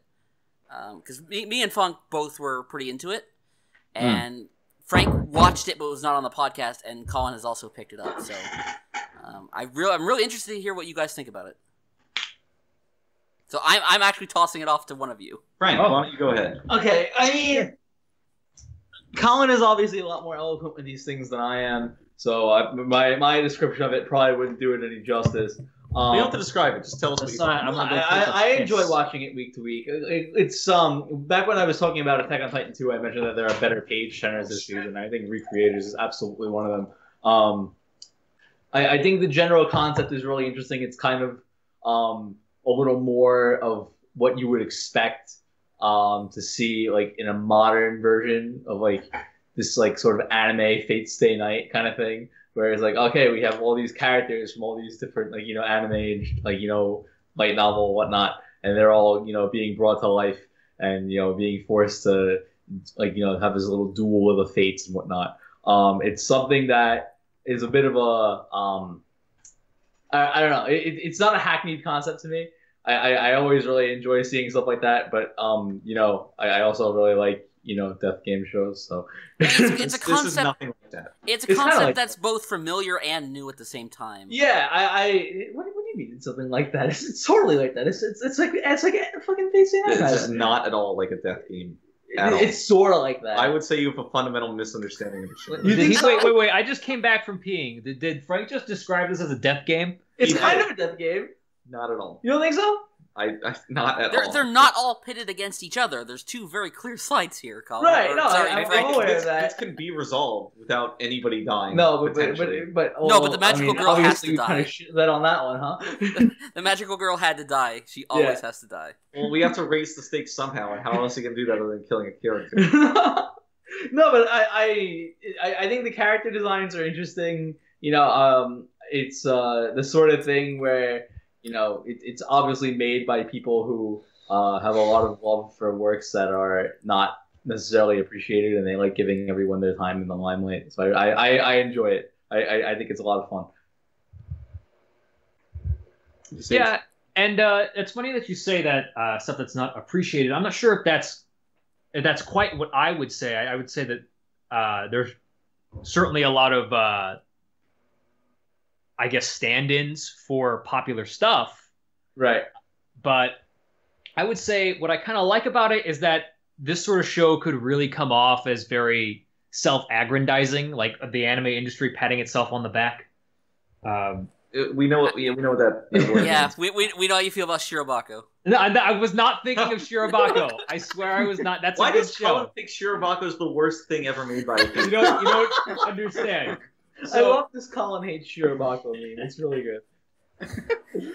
So, what I was thinking of is that it comes off like when they write these authors in the show, they aren't necessarily thinking of themselves. It's like they're showing their appreciation for other people and what they've done and what they've been passionate about. And they're saying that they empathize with that passion. And I think that that's what shows in this show, is that it does feel like a bit of a passion project. Even if it also comes off as, oh shit, this is going to be profitable. Yeah, I can. I mean, the show looks good, like very consistently. Throughout its entire first core, it's looked very good. Right, and it's less. I think the way the show looks good is less about like just flat animation quality and more in how each scene is directed. Yes, like they were able to make an exposition dump just go around through several different vistas in like episode 2 or 3 or whatever. All right. Like I think it was one of the more recent episodes. It might have been the most recent one. I watched a couple in the same day, so I'm not entirely sure. But the main character is giving another exposition dump on his history with a character who's now dead. And it's just him talking to 7 or 8 other characters in one room. And it goes by for like 15 minutes. And by the end of it, I'm like, wait, they're still just talking in the same room? Like, that's still going on? And I just hadn't noticed how much time had gone by. Like the anime One Room? Because it was just so interesting throughout. So real props on that, because you definitely have other shows where something like that would happen, and by the third minute you're like, come on, this is just exposition. Why? Yeah. And I like that the main character, sort of the main character, Sota, is completely powerless. Mm-hmm. I like that thus far, but now that he's kind of revealed the mystery behind Altair, I'm not sure how he factors in after this point. Right. It maybe he won't. Maybe how great would it be if he just is phased out of the show, as he has no more purpose of being there. I think it's better if they use him for something interesting, but yeah, he's got to redeem himself in some manner. I don't know. I would just love it, just because of it flies in the face of convention. Just be like, all right, here's your main character, and he's gone. He doesn't die. He just is no longer needed. So are you afraid he's going to design his like own main character that's like totally fucking invincible and just destroy everything? He already did though. Yeah, I guess. They're fighting a meme. Like the villain in the show is literally like a deviant art tier fucking bad guy, and it's great.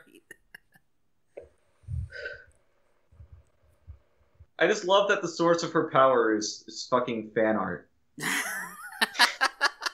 It's so good though. It is. I legitimately love it.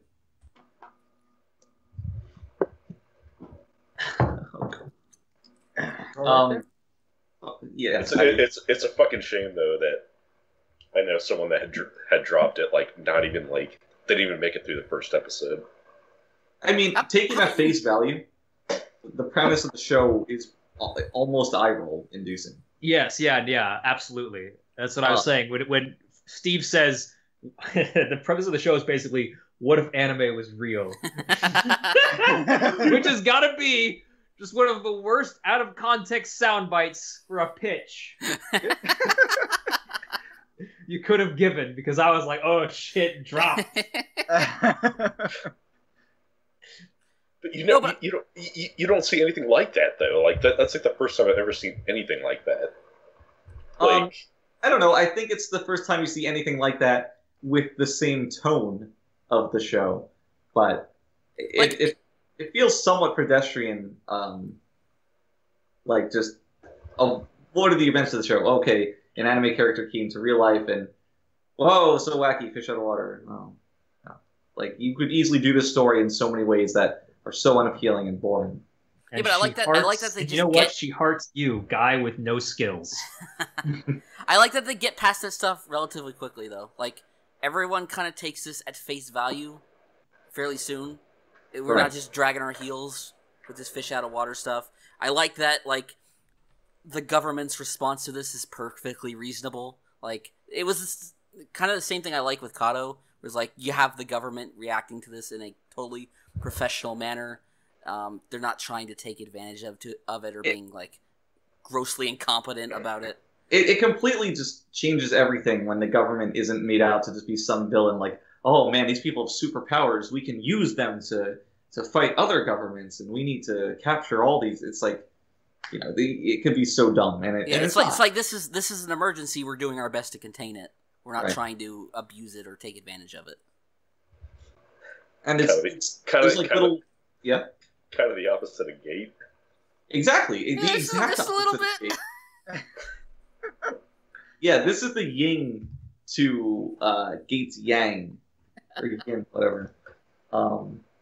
That's a great comparison, Kenny. Despite what Collin says, I still like that show. You're allowed to like it, Collin. I haven't said anything. I didn't say anything better not fucking say anything, or I'm buying fucking a first class ticket after your fucking. Oh, he's gonna get me. He's gonna get me, boys. I love that empty threat Kenny goes to all the time. Look, Kenny's from trademark Kenny. Kenny's from a different time when you would interface with somebody in the VR Star Trek room and insist on fighting them. It doesn't happen anymore. Look, Kenny, people are starting to murmur. You know, they're calling you a pussy. They're saying you can't do it. You can't fly over here and kick my ass. Oh no! That's because I can't. Oh. Well, he flew too close to the sun. He backed off that one quickly. I've already given up. I don't care. Look, Kenny, if I was ever had my back against the wall, you'd be the first person I call for a fight. So you guys are all caught up in Recreators, right? Yes, it had a great recap episode, which is weird to say. I haven't watched the recap, but you didn't watch the recap? Not yet, but because they fucking broke the fourth wall basically in it, which I thought was kind of interesting. Well, I mean, this show's kind of meta to begin with, and that's what I was going to bring up. Is if this show goes in the direction that episode 12 kind of hinted at, like if this show becomes about creating the Recreators anime, I'm going to start flipping some tables here. Because like I just want it to be as meta as possible without being too obnoxious about it, which so far it has been. But I think that would be a nice, interesting, logical conclusion. From here. I thought there was going to be another twist that they reveal there's going to be layers to the world, and that they themselves are just in another anime. Well, they actually dropped that idea as narration in the first episode. Like this story could just be like the creation of gods of another world, which it is. But I don't know if they'll pull back that far. But I would not be opposed to that either. Oh, okay, wait. There is one plot issue that a lot of people have taken umbrage with, and I kind of agree. Go on. It's a little. It's not bad, but it's kind of contrived that the Vroom Vroom Horse Lady February Alice February she just like takes Shark Teeth's bait, hook, line, and sinker. And it's just like, oh yeah, it was Meteora who killed Mamika. She's just like, oh yeah, I buy that. Even though like previously I already established that I mistrust you and I think that you're evil. Well, whatever, I fucking buy it, dude. Let's go fight. I mean, you got to get your characters fighting somehow. They're not. Yeah, well, there are definitely better ways to go about doing that. No, I agree, but I don't know. Of all like the contrivances to take umbrage with, I think that's one of the more minor ones. Really? I feel like that's the most egregious one thus far. Well, I misspoke. I don't mean to imply that there are several larger contrivances. Just that in the grand scheme of things, that's not as so big a deal that it's gonna sink my enjoyment of the show. You know. Maybe not, but. Wasn't really bothered by that. Like I can buy she was really close to Mamika. She like was distraught by her death and was gonna believe whatever. Like I don't really care. It's and it's also like this is maybe a bit of a cop out, but like the creations in the show can really only be as complex as how they were originally written to be. So they could be at some level dumb characters written by dumb people. You're right, Steve. That is a cop out. But they do go on to establish that her creator isn't the most intelligent guy. He seemed like an alright guy. He was passionate. Like, I only make trash. I'm a trash man. No, he was passionate enough about his work. He was just a little embarrassed about justifying like his feelings about the work. So, Collin. Yeah. Not that this is at all that kind of show, but for some reason I really had it pegged that February Alice whatever was your best girl of the show. Are you fucking kidding me? No, I'm just saying I think that would be Collin's opinion. No, I already stated who best girl was in the CT. Is it the sawtooth vampire girl? No, it is not. Well, then you're wrong. But you talked about the shark. Yeah. Well, then I'm not going to have this discussion. Who is it, Collin? Listen, Collin. Not everyone listening to this reads the Sonic Board community thread. Wait, you know what? Even second best girl would be the artist woman, one of the creators. Oh, not the recreators, mind you. Marine. Yes, I think that's her name. No, but it's my favorite girl is Meteora. Wow. Is she a marine biologist? What a shit. Why do we have Collin on the podcast? She's kind of like deadpan, but she's kind of cheeky. It's cute. She's not cheeky. She's kind of cheeky. Oh, so like the fucking Edie always shows her in the stills being kind of cheeky, and then the show itself, she's just never cheeky. She's And I'm kind like, of. look, don't give me your double talk. Okay, she's cheeky, but she's not cheeky breaky, as they say. All right, that's gonna end that discussion. It's got a big, expansive cast, a lot of nice little interactions, very strong characterization all around, and it looks great. And I it's recommend 2 Recrits. high recommendation. And This it's isn't gonna still- mean anything to anyone but Kenny, but Kenny, I don't know if you know, but this show is written, directed, and done by the same studio as All Noah Zero. Are you fucking kidding me? No. Oh my god. It's a much better effort than that show. It is, but I guess I don't know. Like it explains why I guess Sawano Hiroyuki did the soundtrack and the theme song. It's basically the exact same team. Wait, can I pick a But bone? this is so much better. You pick a bone with someone. I have a bone to pick with the show. Uh-huh. The mecha pilot character, Not Shinji. not Shinji. I don't know what his deal is. Like why he's even there. What, like Shinji parody? Yeah, like I get that there's some little setup for him and the fucking Persona rival character to have a relationship, but he's not really done anything. And I mean, he's not. he had a pretty important conversation with Sota Yeah, but in episode 11.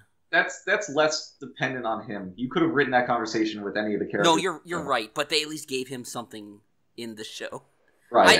I agree. He needs to play a bigger part as the show goes on. He's had some funny moments.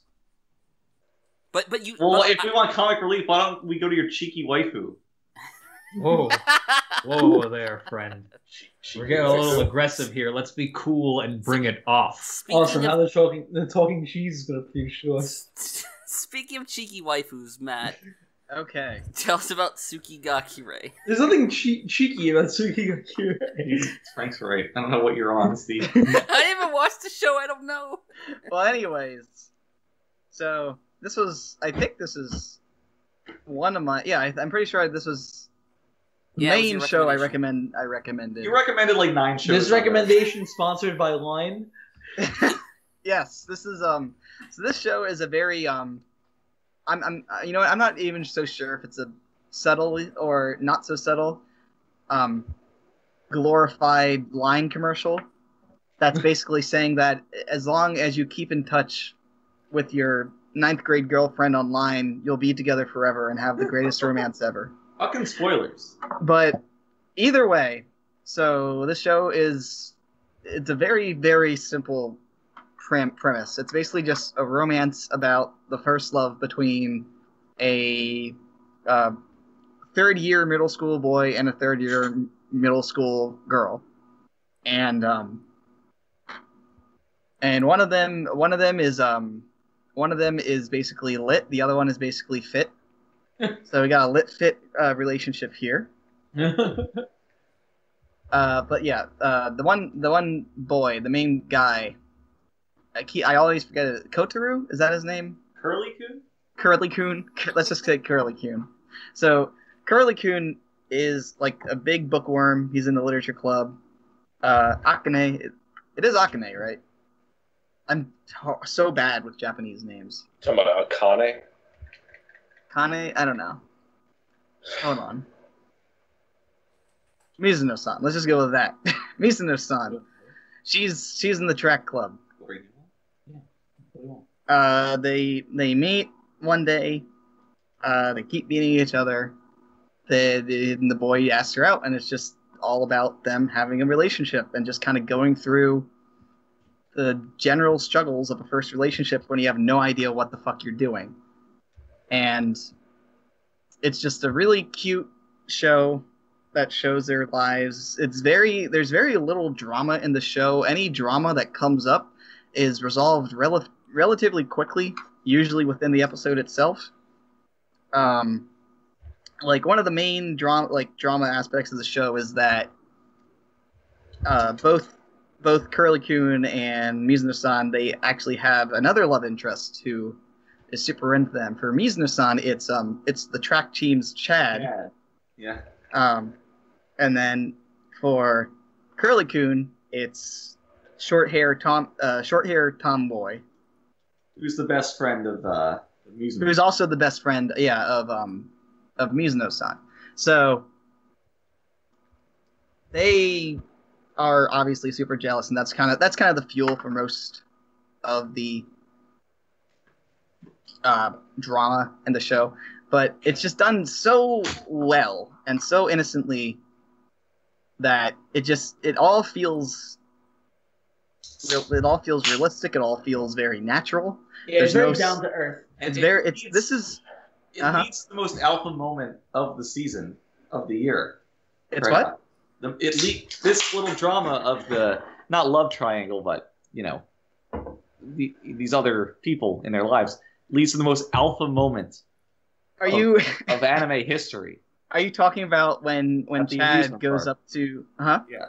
So they go to like a group date on the amusement park, and nobody knows that the two main characters are dating, and Chad and the female lead are away from the group, and Chad just like starts putting the moves on her, and things are getting intense, and then the male lead comes in, and he's like, "Yeah, we're dating. This is my girlfriend." Grabs her hand and just storms off, and Chad's just left standing there holding the bag. And it was fucking wonderful. It's pretty glorious. Like for a guy who seems like a major wet blanket and just like the most like beta seeming person ever, he just goes full alpha. He's just like, yo, this my bitch, I'm out of here, and just fucks off from Chad. It's great. It's really great. And then later on, well, I was going to go on about how the tomboy actually confesses to him too at the end of the season, which kind of leads to probably the biggest dramatic moment in the relationship, where because of the fact that he doesn't tell Mizuno that the other girl confessed to him, while the girl actually told Mizuno that she confessed to him finally. Like, this kind of makes Mizuno like get really upset, because at this point in the story, it turns out that Mizuno is moving. She's gonna be going to a new school. They're gonna be like very far apart from each other, so their relationship's gonna be turning long distance, and they're both very worried. Like, the boy wants to try to get into the new school as her, but it doesn't. I mean, spoilers, it doesn't turn out right, and so they kind of have to be separated. And like this like brings to light issues of trust that she's struggling with the notion that they're going to be, however far apart from each other. Like if he's not telling her this, then how is she going to be secure in their dating going forward? Right. And the show has a conclusion. They fix that. But yeah, they fix that pretty easily, actually. Although it's a very cute way of how they kind of wrap things up. Right. Where he basically goes on fanfiction.net and basically writes a story about their relationship, but it's super cute and adorable. Yeah. The crux of the show is never really the actual conflicts or the drama that's happening, because as Matt said, it's never really left to linger for all that long, but rather that there's an overwhelming sense of like both melancholy and anxiety that pervades a lot of the show, which is broken up by moments of them just kind of being cute together, when they're happy in their relationship. But as first and young relationships go, there's a lot of anxiety that comes along with that. Right. And that's what the show really does a good job of capturing. And they kind of spelled that out in the last episode, but that's fine. So if I had to recommend the show based on one thing, it would just be tone, because not a lot happens. It's very slow, but it seeps into you. It preys on those reactions when you see something like, I had something similar to that when I was in middle school or high school or whatever. It's a very relatable show. It's very realistic. You, Matt, were earlier saying like Saikano was somewhat realistic in that it just doesn't have any magic going on. This is like completely realistic in that the setting's realistic and the characters are written very, very true to life. And Right. That's got to be the show's greatest strength because that's what your emotional tie is. Yeah, and that's one thing that I was so impressed with the show is that like this is like we talk about dumb anime bullshit a lot, and this is probably like one of the most anti-dumb anime bullshit shows you'll ever watch. There's very little of like the typical anime stuff that you will see in this show. And even at the end of a couple episodes where they have the small comedy vignettes, with some side characters, despite being more lighthearted and less less heavy, those are also extremely true to life. This show understands women way more than you would ever expect. The best scene in the entire show, that might be an overstatement, but it just shows our main character who's a writer. His parents find one of his manuscripts or whatever.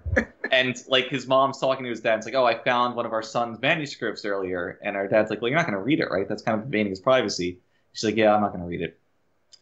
Next scene, it shows the dad reading it. And he's looking through it. And he's like, oh, yeah, my son, he really gets how women think. And then the very next scene is his mom reading it. And she's like, my son has no idea how women think. And it was perfect.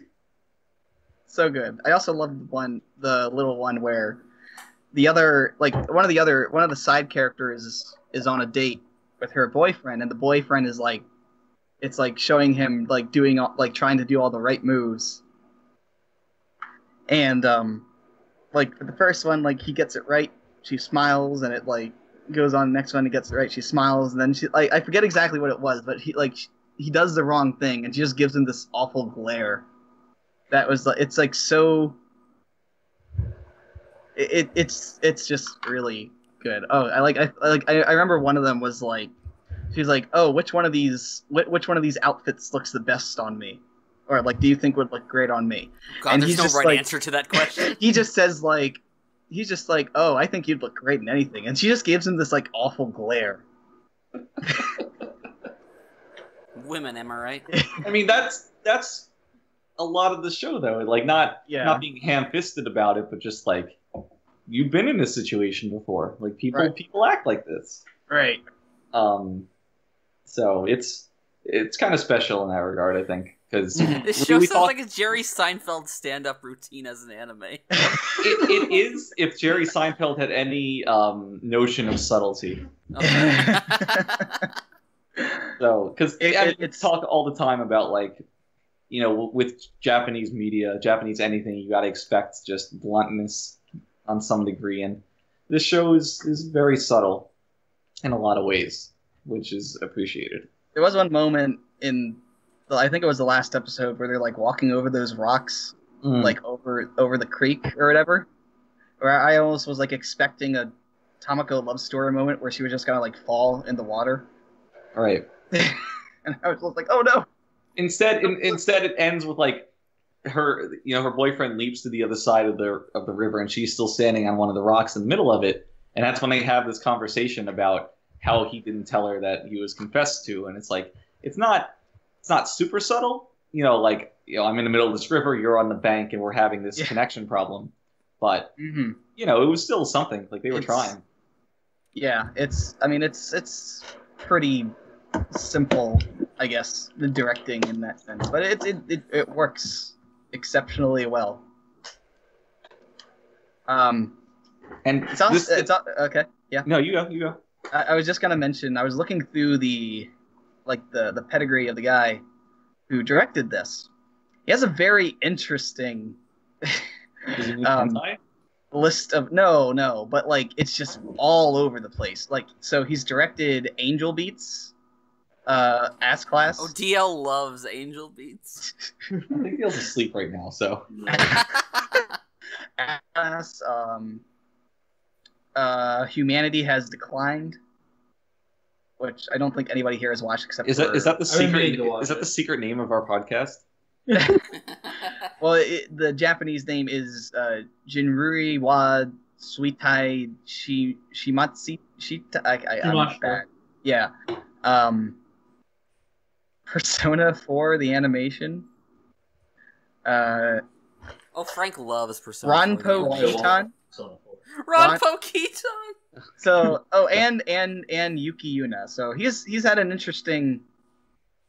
Very eclectic. Confirmed for Yeah. Funk's favorite director. The script, I think the script writer also is interesting. Yeah, like they, not as interesting, but like they did Kids on the Slope, Orange, like the anime Orange. Oh, apparently Digimon Adventure Try 1 and 2. They were the writer of that. Steve's anime of the year. And yeah, very, very interesting staff for this show. Yeah, it's great. I legitimately just loved it. It was really good. I would say that this is the softest anime I've ever seen.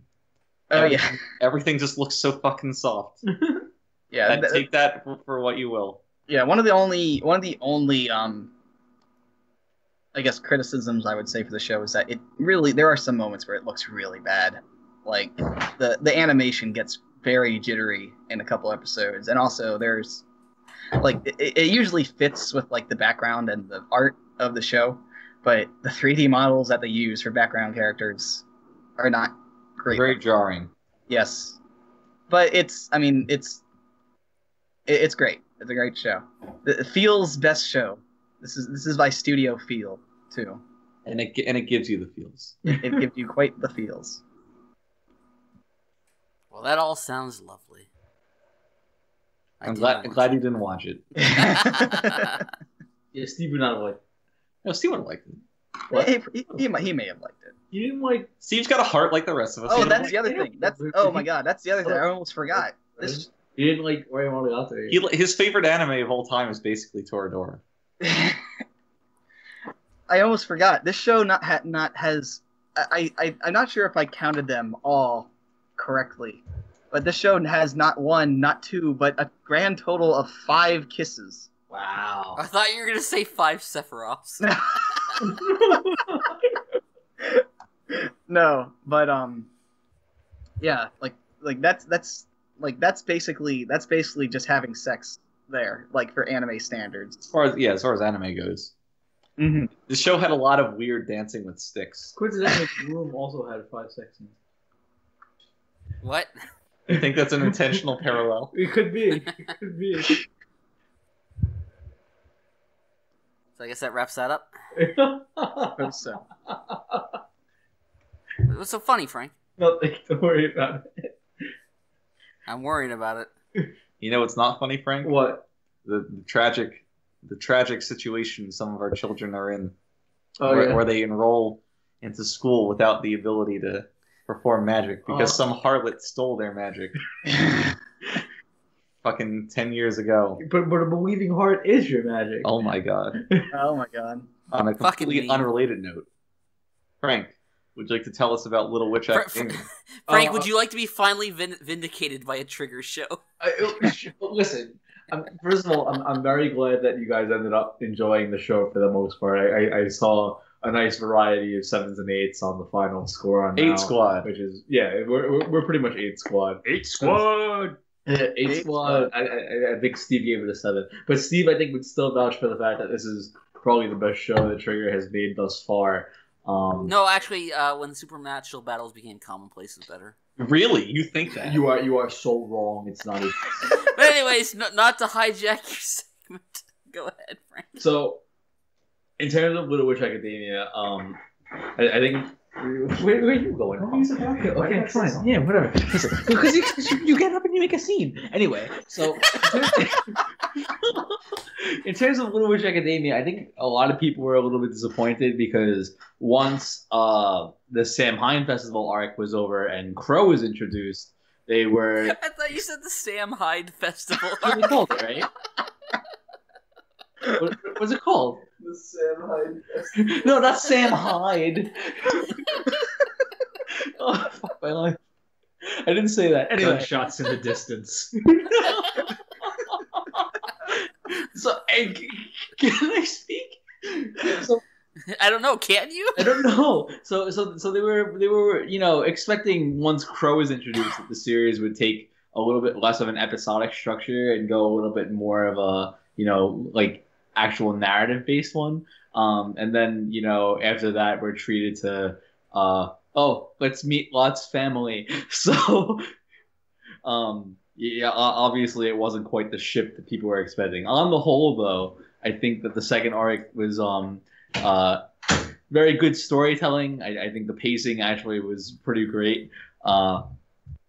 Obviously, we get a lot of really good reveals that are handled very solidly. Boy, do we! And I think that it was just filled with a lot of really fun episodes. I really enjoyed the Gurren Lagann homage. There are a lot of laughs and a lot of gaffes. Yeah, I guess you can say that. We're dealing with Pride and Prejudice drama with Diana's family, and so go ahead. That's you, Frank. What's up? Go ahead. Oh, go ahead. I didn't mean to cut you off. No, it's okay. And while I thought the finale with the whole missile seemed a little bit underwhelming, I thought that the whole thing had a lot of heart. And I was actually very surprised because I judging from the first episode, I mean, I liked where the first arc was going with it, but I didn't expect it to quite, stick the landing as well as it did. Stick the landing counter for this podcast. I don't think I was here for the first stick the landing, but you were in the bathroom. Yeah, that makes sense. But I came out of the show really liking it, and I definitely I was a big proponent for the show at the start, and I'm glad that my not recommendation turned out being as good as it did. So the first thing we have to talk about is the show's twist, which it gave a fucking Spectre Blowfield moment of fucking Shiny Chariot being the result of all of Akko's pain and suffering. Yeah, right. No, the cause of all her pain and suffering. Yeah. Whatever.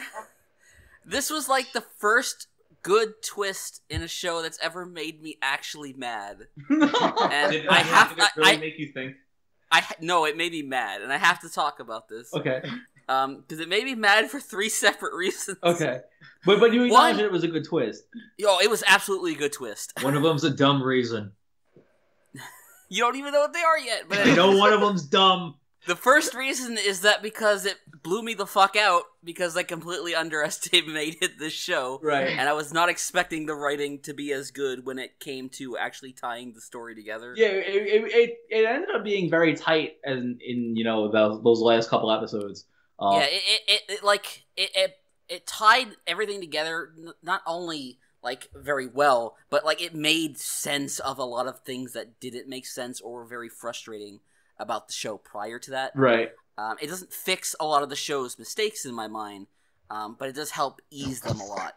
It was 20 episodes of Akko Can't Into Magic, and then 4 episodes of Machiavellian. Well, that's the second. That's the fucking second point. Is that the show actually made me care about Akko, and I was mad about that because she is like.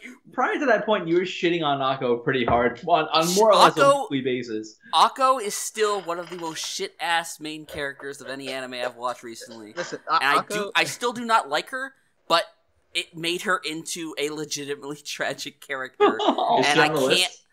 She is absolutely on the list, and I can't help but give them props for that. Because, like, they didn't.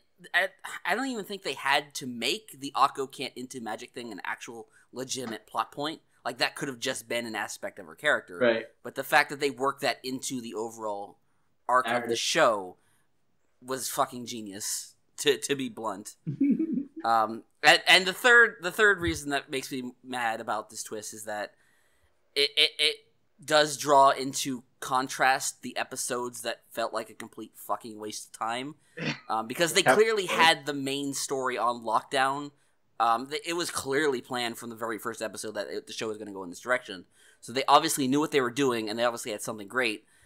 So, like, the fact that, I don't think this show could have been done in 13 episodes, but it did not need 25 episodes. There was a lot of wasted time here. The thing is, I don't think it's reasonable to be like, to take the Nagato Yuki route and have like a 19 or 16 episode show. Like, I think that's more jarring. Maybe not, but still stretching out a show farther than it like, I think that's needs better to than go. rushing a show. And I'm really grateful for the padding episodes because I think I know that Funk will shit on Mr. Bones as well, right? They could have been so much better though. That's the problem. I mean, I'll give you that, but I don't think it was inherently a bad episode. Honestly, it was bad. I thought there was charm to it. At honestly. the show's worst, and that was its worst. It was literally the Lynx Club. You could watch an episode of the Winx Club and see that exact same plot line with a whack of them digging through the garbage. It was so. I didn't know Funk was the Winx Club expert here. Yeah, I didn't know that either. Actually, no one knows what you're talking about. Think about this comparison you're making, Collin. No one here, including myself, has seen an episode of the Winx Club. The moment I say the Winx Club, it is so evocative that you know exactly what I'm talking about. Listen, if you grew up watching episodes of Sonic X, you heard about the Winx Club during the commercial breaks. Exactly. Yeah. Yeah, it's true. She was one of the singers in the 4 Kids Sing the National Anthem episode. We got to bring that back before the July. Yeah. Oh yeah, you're right. Oh my God. We got all get together and just watch that. I think we should all put it in the Clyde. We can all recreate it, and Collin will do the Splinter part. Okay. Oh my God. Let's get it done. Okay, anyway.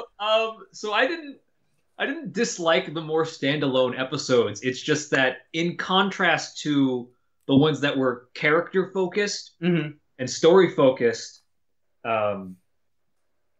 they were just not nearly as good. Right. And I mean, there were standalone episodes, the ones that character focused, like the Susie one, the Constance one, and the Amanda one. Those were all really good. Was awesome. Yeah, those were all really good as standalone episodes. But there was Mr. Bones' Wild Ride. And there was a Debbie episode. And I don't want to count this as the Lottie episode because it wasn't really about Akko and Lottie's relationship. There was the Twilight episode. I like that episode though. That episode was good. Yeah, it wasn't bad, but it wasn't.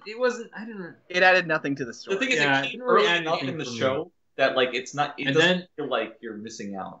And then there was this really awkward episode that at the end ended up being a story relevant episode. The Lot's family one. Yes, yeah. That should not have been important at all. But that's only because they tacked on the getting the word out of that episode. The process of getting that word didn't feel like it was all joined together with the events of that episode. No. Yeah. No. What is it with Japan and their obsession with you got to collect the 7 things? 7's a very aesthetically pleasing number, and I think that crosses cultural boundaries. I guess so. I mean, you have your first half, right? First 3. Next 3, and then the grand finale, right? Yeah. There you go. It's pretty. 7 just works from a storytelling perspective. Right. I get that. It's just, it's all over the place. But anyways, yeah, I really like this show too. Yeah. Man introduces a criticism, gets blown the fuck out. He's like, yeah, I like this. Well, I mean, that is a known, you know. Wait a minute. Hold on. I don't know if anybody. Wait, were you done, Collin? I'm not sure. No. Go ahead. Honestly, I'll chime in later because I'll just add to you. Okay.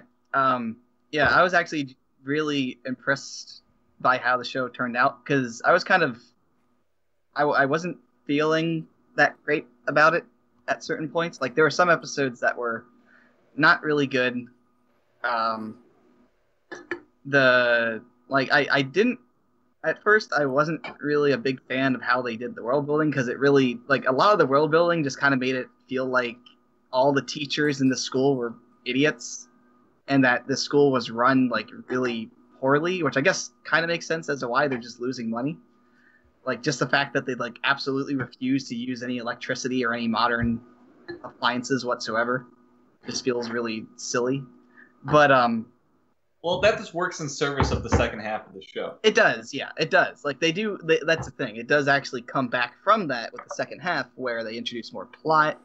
They explain why Akko can't into magic, and it turns her from Akko's still shit, but she's at least our shit. so it's okay when Akko does it. But it was I was very impressed with the overarching story, and even though it was a very episodic show, I enjoyed watching it every time. I enjoyed pretty much every episode. It's just that some episodes are obviously much better than others. Yeah. And and that's the other thing. This show, for a Trigger show, like all the Trigger shows I've watched, always felt like so. Like there's always something about them that felt off to me. Like either something really stupid or really this like created a reaction in me that made me like kind of down on the show, or like it felt too meta, too ironic or something. Like outside of Keys Niver, which was just bad. But hey, let's not say things we can't take back. But this show, it's a very innocent show. It's basically like a kind of Saturday morning cartoon. Yeah, If you've got like a daughter or like a gay son, they'll love this show. Your wife's gay son. Wow. It's a very accessible show. It's very fun. The finale, that last episode was a goddamn ride. I actually loved that last episode. That was fucking great. Yeah. I still can't believe the fucking foreshadowing for that. Wait, the lightsaber fight? No, Oh, yeah, no, but that was also a trip. But like when they had the Twilight parody, they made reference to going to space and fighting nukes, and that's basically what happened in the last episode. So yeah, just despite everything, just some of the flaws that we've brought up, I looked forward to this show every week. So clearly, it did something right. You just wanted to jerk off to Diana. I did not. I can God. I can actually assure you that I did not to any girls from this show. What, are you waiting for your wedding night with her? Compliment her, the hot anime MILFs guy. Let me tell you, there is more fucking character development in those 2 Diana episodes. Oh than no, there Diana's is. great. Yeah, I know. That's what I'm saying. There's more character development in like those 2 Diana episodes of the show than there are in anything else that Trigger has produced. Like it's so jarring in comparison. So dense. Diana was great. Like I loved her. Diana was great. She was Trigger's best character. See, I was worried at first because at the beginning it almost looked like the show was playing it a little too like close to the chest. I thought that it was like compared to other Trigger shows, I thought that it was playing it a little bit too straight, especially considering it's like okay, we've seen what this series, I guess, from the 2 OVAs, what it's capable of.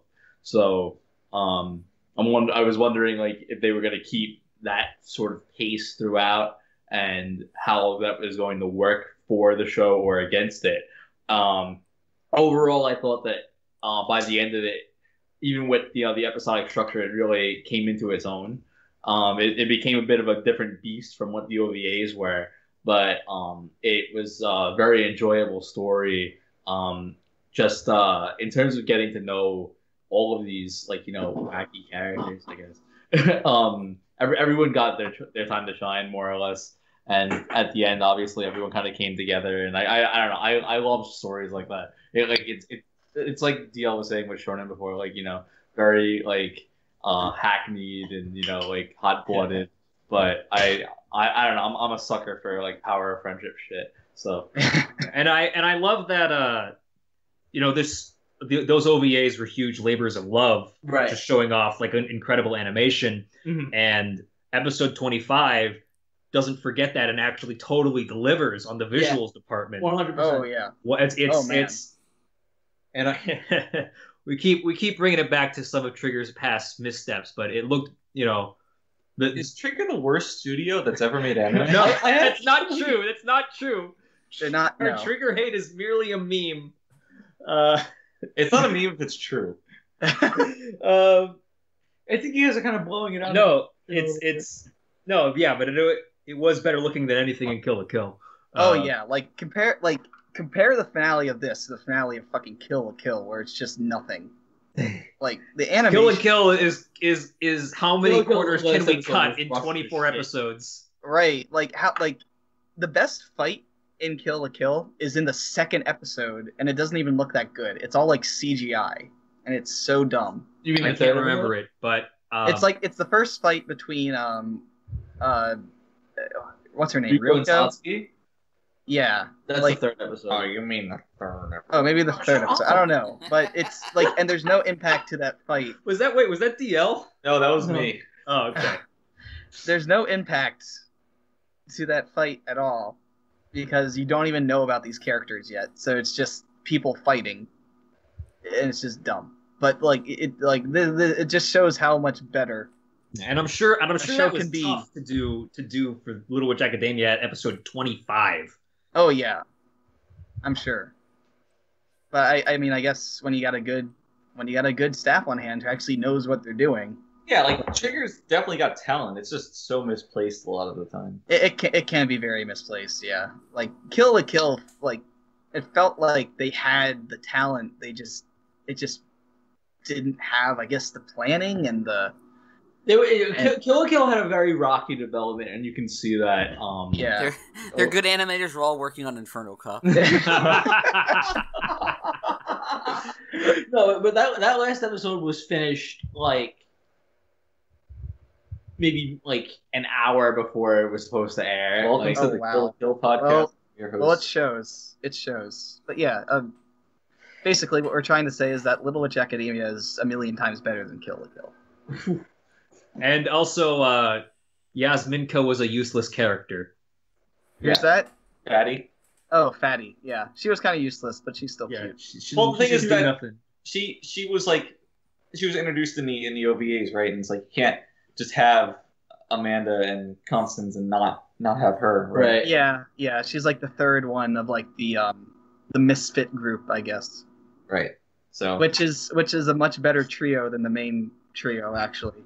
Outside of Well, maybe I feel like I really liked that trio in the OVAs, and they kind of felt, as a group, they felt a little underexplored in Right. the show. I guess so. Yeah, I guess since they already explored them in the OVAs, they didn't feel the need to. Although I like, I mean, so did Latte and Susie. Honestly, yeah, honestly, I don't think the show did enough with them either. No, it didn't. Constance is great. It was too much of the Akko show. though. I Yo, liked. What about I my boy on the roof? Andrew. Oh, you mean Todd Howard? No, Matt, he's not a manlet. Don't say these things about him. You're right. Yeah. Did anybody catch that Constance finally spoke? Yes, At the yeah, end. yeah. I did not actually catch that until I saw it. I had an audible. Oh. And that- That's that's what I said. Right? I didn't catch this, and I haven't seen it. So what are we talking about?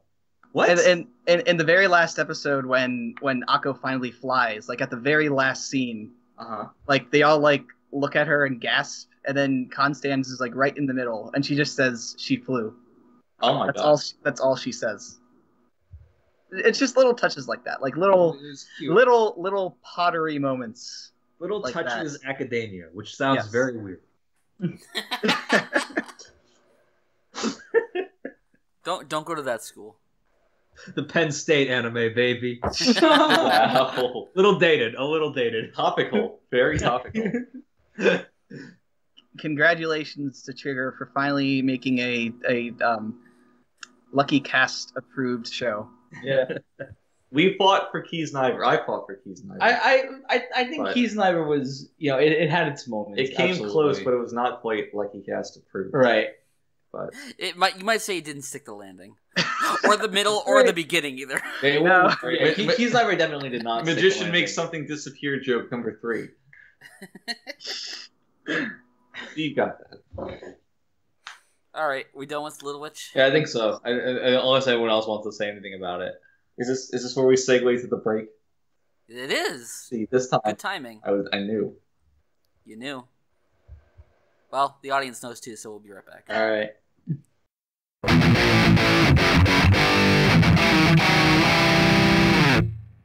Welcome back once again to the Luckycast. We're -1 Kenny, but we're gonna press on here. But we're +1 enthusiasm now. We are. So Funk, take us on a Yeah. quest. A Sakura quest. Wow. Can I just not talk about the show now? I can't follow that up with anything that's going to beat it. You're contractually obligated to talk about Sakura Quest. Sakura Quest is the story of 2 anime. One of them Shirobako, and then the other one are shows that aren't Shirobako. And Sakura Quest is definitely the latter.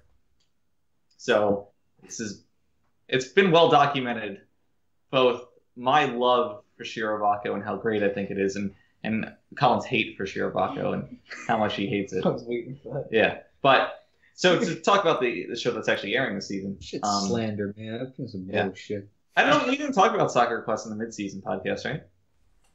No, not really. No. Okay, so I'll give it like a little summary of it. Sakura Quest is basically one city girl's quest to bring eyes and tourists and visitors to a failing rural town that has some odd connection to the Chupacabra meme. But really what the show is just an excuse to have 5 girls who are now in their mid-20s rather than the high school, so it's clearly a more adult show for a more adult audience. I mean, they're not in high school in Shirobako either.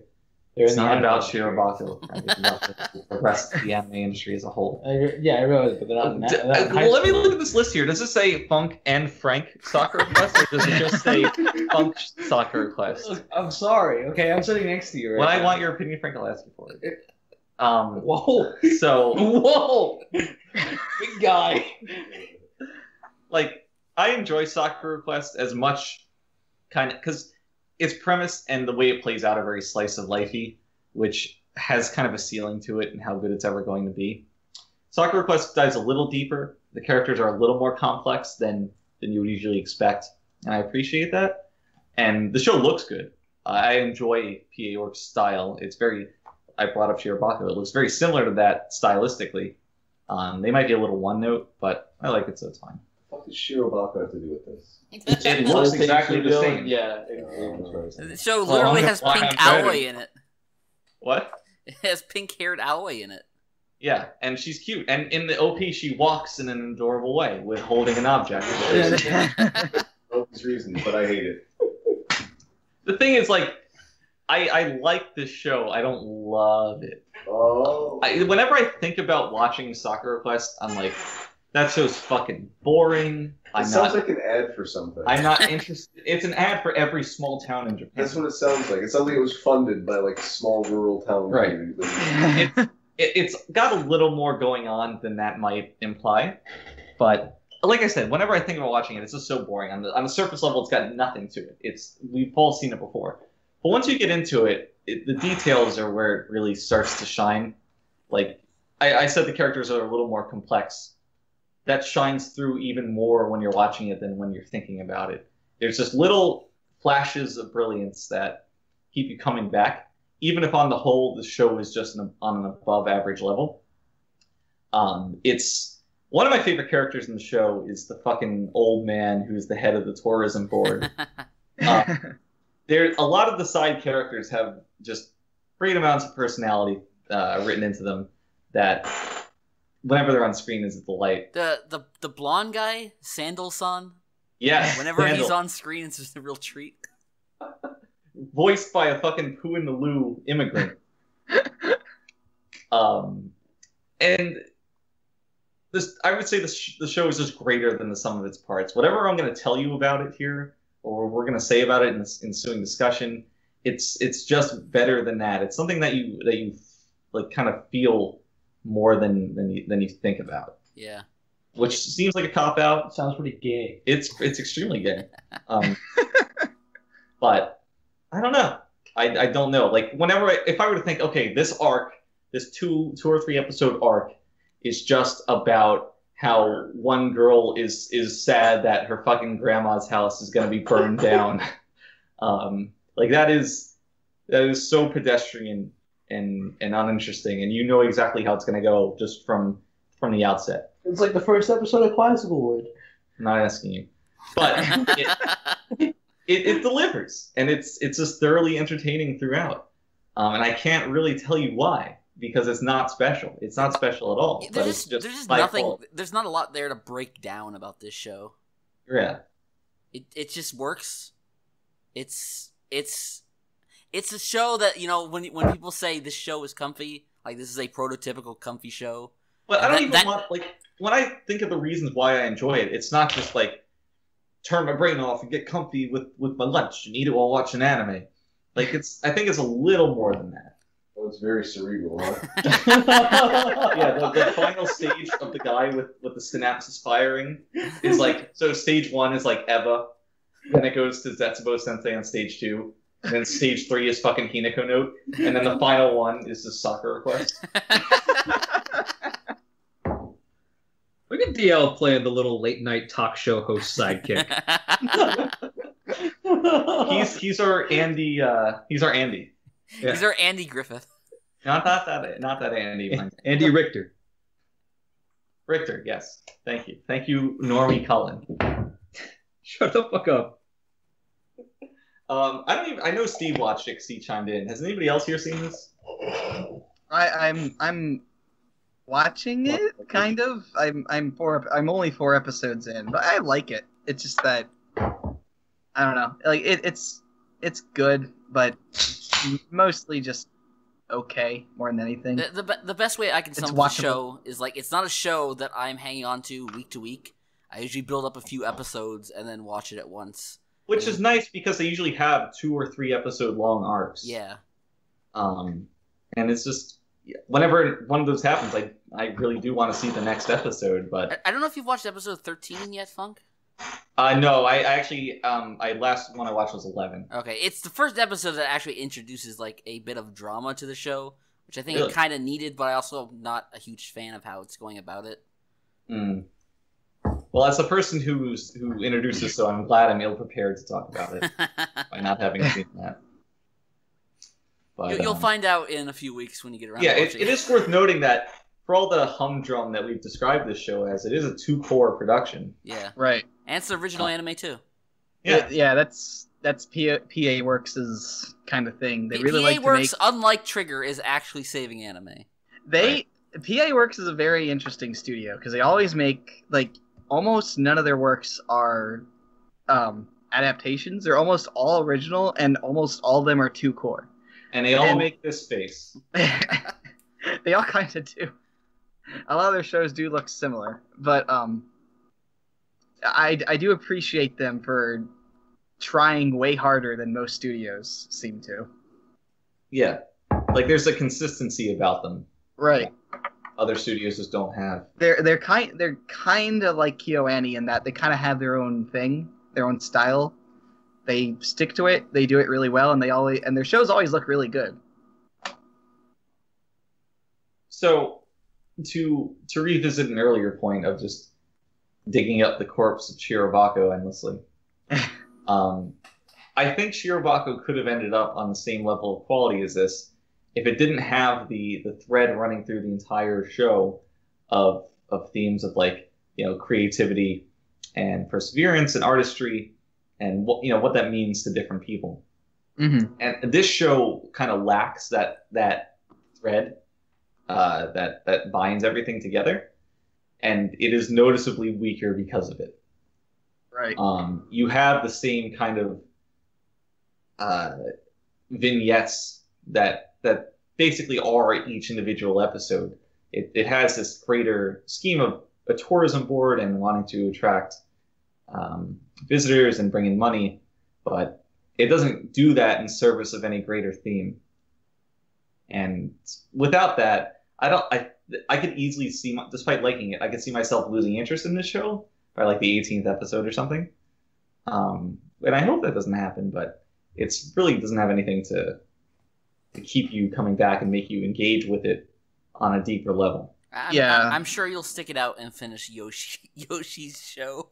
Yeah, fuck you.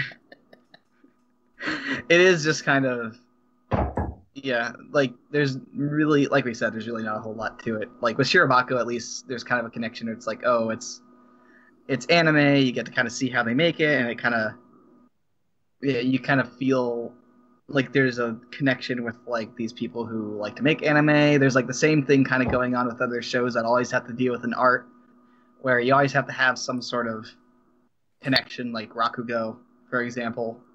does a really good job of kind of showing off why this is important to people. I also think that like Shirobako has very much its own identity. It did something that no anime had really done before. Whereas there have been a lot of anime about Japanese small towns. Right. Yeah, and this show doesn't really do much different from those. Yeah, and I don't know how you're really supposed to get that kind of connection with, oh, we're in a tourism agency. Right, because no one has a passion for tourism. I don't think there's I can't see anybody actually having a passion for tourism. But I don't think she really has a passion for it. Like, this is a job she ended up in by accident, and she just wants to do her best at it. Right, she sticks around based on like people's passion for their hometown, not necessarily tourism. Yeah. And I mean, it kind of comes through like in one of the later episodes. They're having this like singles tour of the town, and she's like, "No, we can't show them a gussied up version of the town. We got to show them what it's actually like." So they fall in love with the real version of it. Mm-hmm. And I don't know if the show really earns that, where she as a character would develop to that point. But it's trying. Mind you, though, as an aside, Japan is very culturally obsessed with the idea of bringing tourism to its small towns. Oh, he knows everything about Japan. Okay. I mean, fair enough. It's a different culture. Can I make one irrational complaint I have about this show? Sure. Yeah. So I don't know if it's ever actually stated in the show, but production notes for the show say that this town that it's set in is a town of 50,000 people, and I've lived in a town of 50,000 people. This town looks way smaller than that, so I don't know whether it was just a mistake or what. Well, but they show in one scene like them looking at a landscape of the entire town, and you can see the more outlier parts of it where it seems like a lot of the show takes place, and then there's an urban center. Yeah, but the urban center is so dead. Like, there's never anyone there, and if you live in a town of 50,000 people, even the downtown is usually pretty bustling. Yeah, I live in a town of 60,000, and that's typically the case. Like this feels like a town of like 5,000 people. Yeah, I don't know how many people even live where I am. Right. Fucking sociopaths or something. See, that's something Mule will do. Mule will be like, okay, well. Oh my god. Well, I did find this out by looking up the murder rate.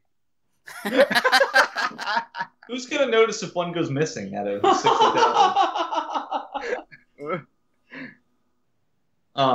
I will say that out of all the shows that I've personally made, this is one of my least favorites. So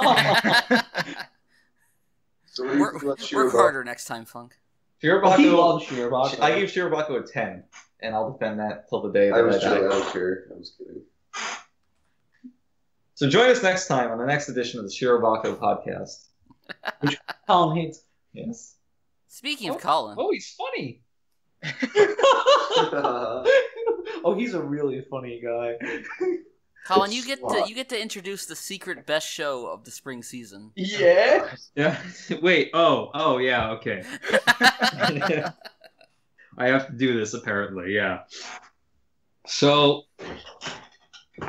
pseudo incest show.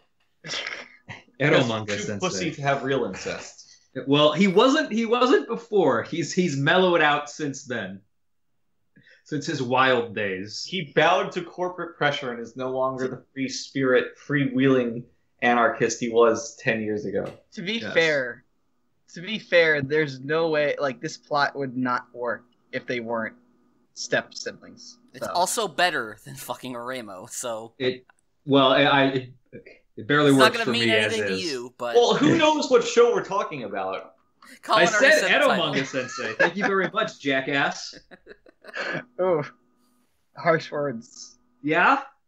That's harsh words. This guy keeps saying I hate Shirobako. Collin, Those are harsh words. Shirobako. See, I really liked Shirobako. I gave it an 8. Collin also gave it an 8, but he hates it. Yeah. It's a low 8 versus a high 8.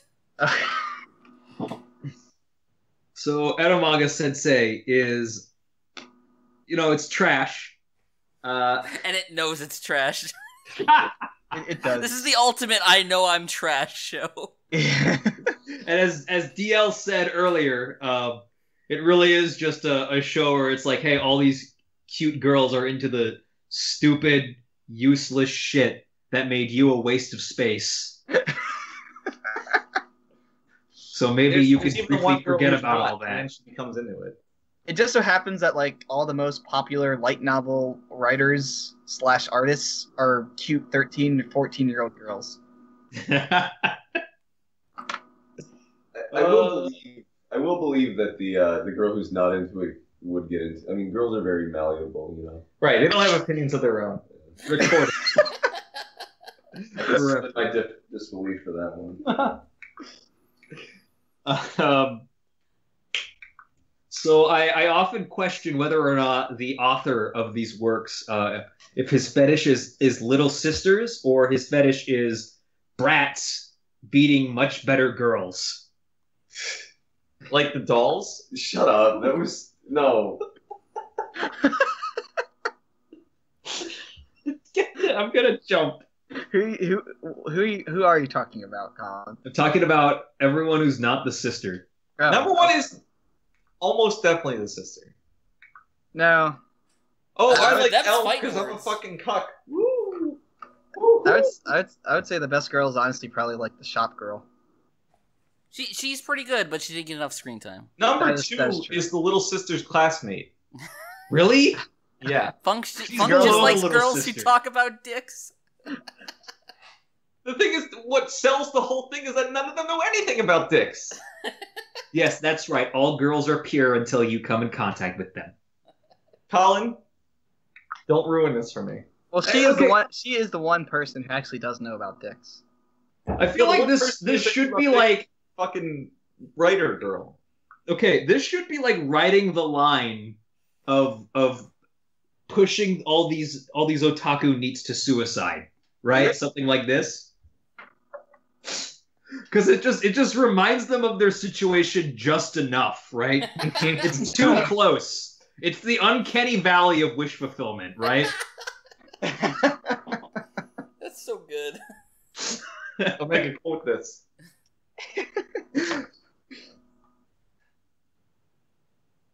Colin's like, I don't know if that line was good enough. I hate to display my my normie power level here, and I'm so sorry. I'm always this guy on these podcasts. No, I'm probably gonna be this guy too, Colin. But Yeah, all right. I feel like the main relationship between the not siblings is just like a weird codependency thing with the girl. Like he's like her active caretaker. Does no one else find that kind of weird? I don't think it's codependency because I don't think he's dependent on her. I mean, he's definitely an enabler. But I would believe that without her in his life, you know, he would function just the same, whereas she would kind of just be lost. Obviously they try and develop it so that, you know, they bring out the best qualities in each other, but Right. just her dependency on him as the main caretaker, and It's then not like healthy. it just seems weird, right? It's very. I to the end, I found it very creepy. So problematic. There's also. I hate being this guy. I hate being this guy. I'm totally with you, Colin. It was very. It's part of what didn't work with the show for me. It's gross. It's yucky. You have a It's like, oh. It's very. It's 2017.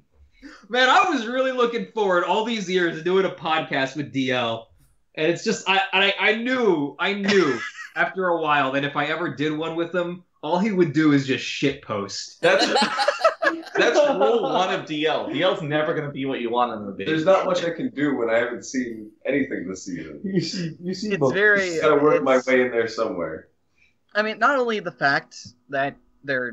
If the show just went, sorry, wait, no, just go keep going, Matt. Okay, it's not just the fact that they're step siblings, but it's also the fact that the guy clearly likes her and is attracted to her, but the thing is, it's not only that, but also he's apparently 17 and she's 13. and that just adds to the weirdness too. Because I know, like, you could say, oh, well, it's only 4 years, but there's a very big difference between now your normie power level is just raising even higher. Matt, have you seen how cute she is? She is cute, but well, there you go. It is an anime, and it's still weird. And it's weird. You know, it's like you don't really think about it when they just throw in the lolly as just whatever, pandering, whatever the fuck. Like you don't give a shit. And then I don't know. I think it's just like it's not just that. It's just like a couple of factors that kind of stack on top of each other. Yeah, that kind of just make you start becoming an anime girl with interrogation marks above your head. It's the situation, her attitude, the age difference, and like she has like a very petulant attitude, right? You said it before. She's a brat. I'm gonna counter this just by saying I know this will also sound like a cop out, but I don't think this show takes itself seriously enough for that to matter. Whereas if you compare, like, you guys can't do this, but if you compare this to his other work, Remo, that's a show that does take itself more seriously, has actual incest in it, and it doesn't work because he tries to tell this serious incest story and falls on his fucking face because all the characters become monsters in order to justify the incest. This is just like light fluff, carefree, fun, happy time compared to a Remo. Can I give you a hot take here? Can I give you a hot take? Please do.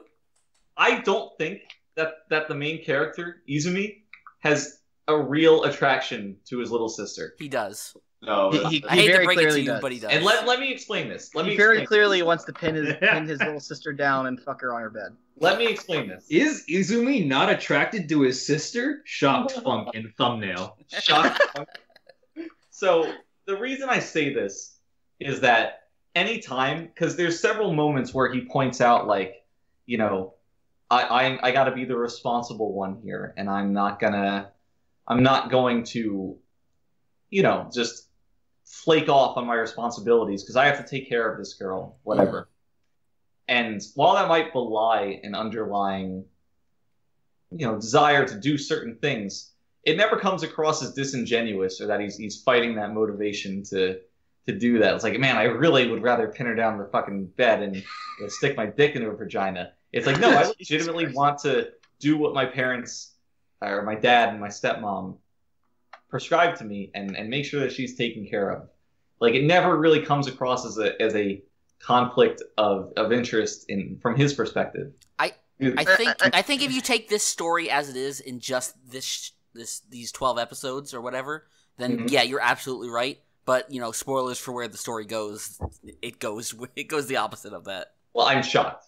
No, I mean, I guess, like, I don't think the main character is. I mean, that's the other thing about the show is that the show definitely suffers from typical light novel protagonist syndrome, where the light novel he does what you want to do. Well, not only that, but he didn't rape 5 of the girls. He has no character. I don't know character. what you're saying. What? Listen, it's okay because the show is self-referential about light novel authors. Oh my god. I hate that so much. Classic Blyblano, guys. Classic Blyblano. But, like, he, like... Where's Frank? Frank always gets such a kick out of Blyblano. It's the funniest fucking thing to me. If Collin ever says the words little nigga, Frank no, that's it. I'm dead. That's it. Oh my god. Wait, Collin. Yeah. Can you do your Hanzo? Because, like, they were really talking up a big game with your Hanzo, bro. Collin's Hanzo is great. My Hanzo is not great. The way you do it. You have to mark us with the dragons, Collin.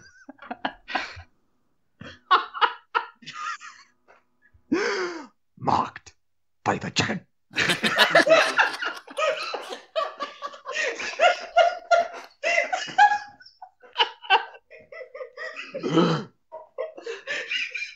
The wolf marks his prey. do see through the dragon's eye. See through the dragon's eyes. So if you're wondering, if you've never heard a Hanzo line, he doesn't say dragon anything like this. No, but it's become a thing of its own, Collin. It's like no one in the game pronounces it Mukui. but it's still hilarious to hear it all the same. I am ready to unleash the wolf. We're dying. Frank's dying. So, is Hanzo I must redeem myself. Sensei? What was that fun? Never second best. Oh my god. Collin, okay, one more. Do the I am not deterred. I am not deterred. Pretty good.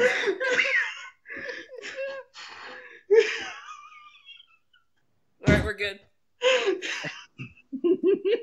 Go on, whoever was gonna make some point about Eromanga-sensei. So anyway, I feel really stupid for getting hung up on this shit. Steve is completely right. I do feel stupid the show's hung taking up on itself this seriously shit. enough to warrant that. But the show, listen, it's bad, okay? And at the same time, the girls are damn cute. So if that's all you're looking for, you're gonna get it because there's a lot of attention to detail to the character animation of making the girls look as cute as possible. Collin, can I give you a second hot take? Fuck you. I hear it's coming. This show is not bad. This show is not bad at all. This is Oh my gosh. This is one of the top 3 shows to air this season. Oh my god. Oh my gosh. I think the Have we show lost him? I'm not saying that this show is great, but it's actually pretty good. If you can set aside the subject matter and whatever implications or biases that might bring with it, because it certainly brings some.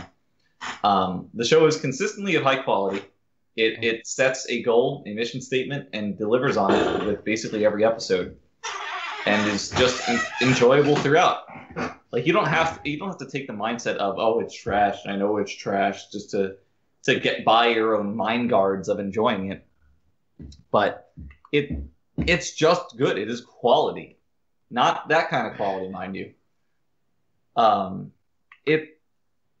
can't really, when I try to think of flaws with the show, it's not trying to tell a very complex story, so I'm not going to get on it about how some of its characters are one-dimensional, others are not. Some of them are. No, I would say the show is way too shameless overall. But that's not even that's not a real criticism. No, I think it is. I think the show was made almost kind of cynically. Like we're taking the stuff from Oremo and we're just making it more accessible.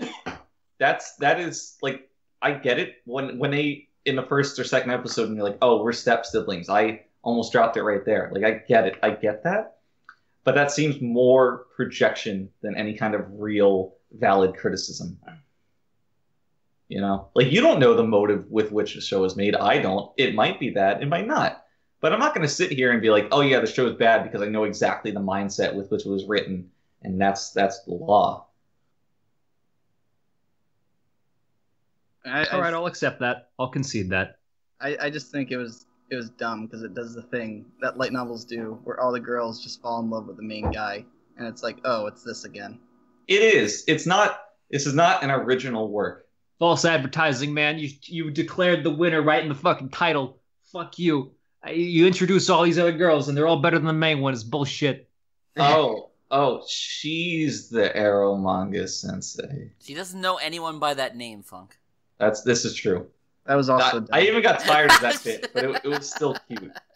I do want to say, so after the last episode aired, I hadn't seen it yet, and Steve was like, oh yeah, the last episode, it's not relevant to the plot. They just bring all the characters together for one more rodeo. And I'm like, great, fucking great. This is the stupidest thing I've ever fucking seen. Like, I know exactly what it's going to be like, and I've seen this a million times before, and I'm really disappointed that they did that.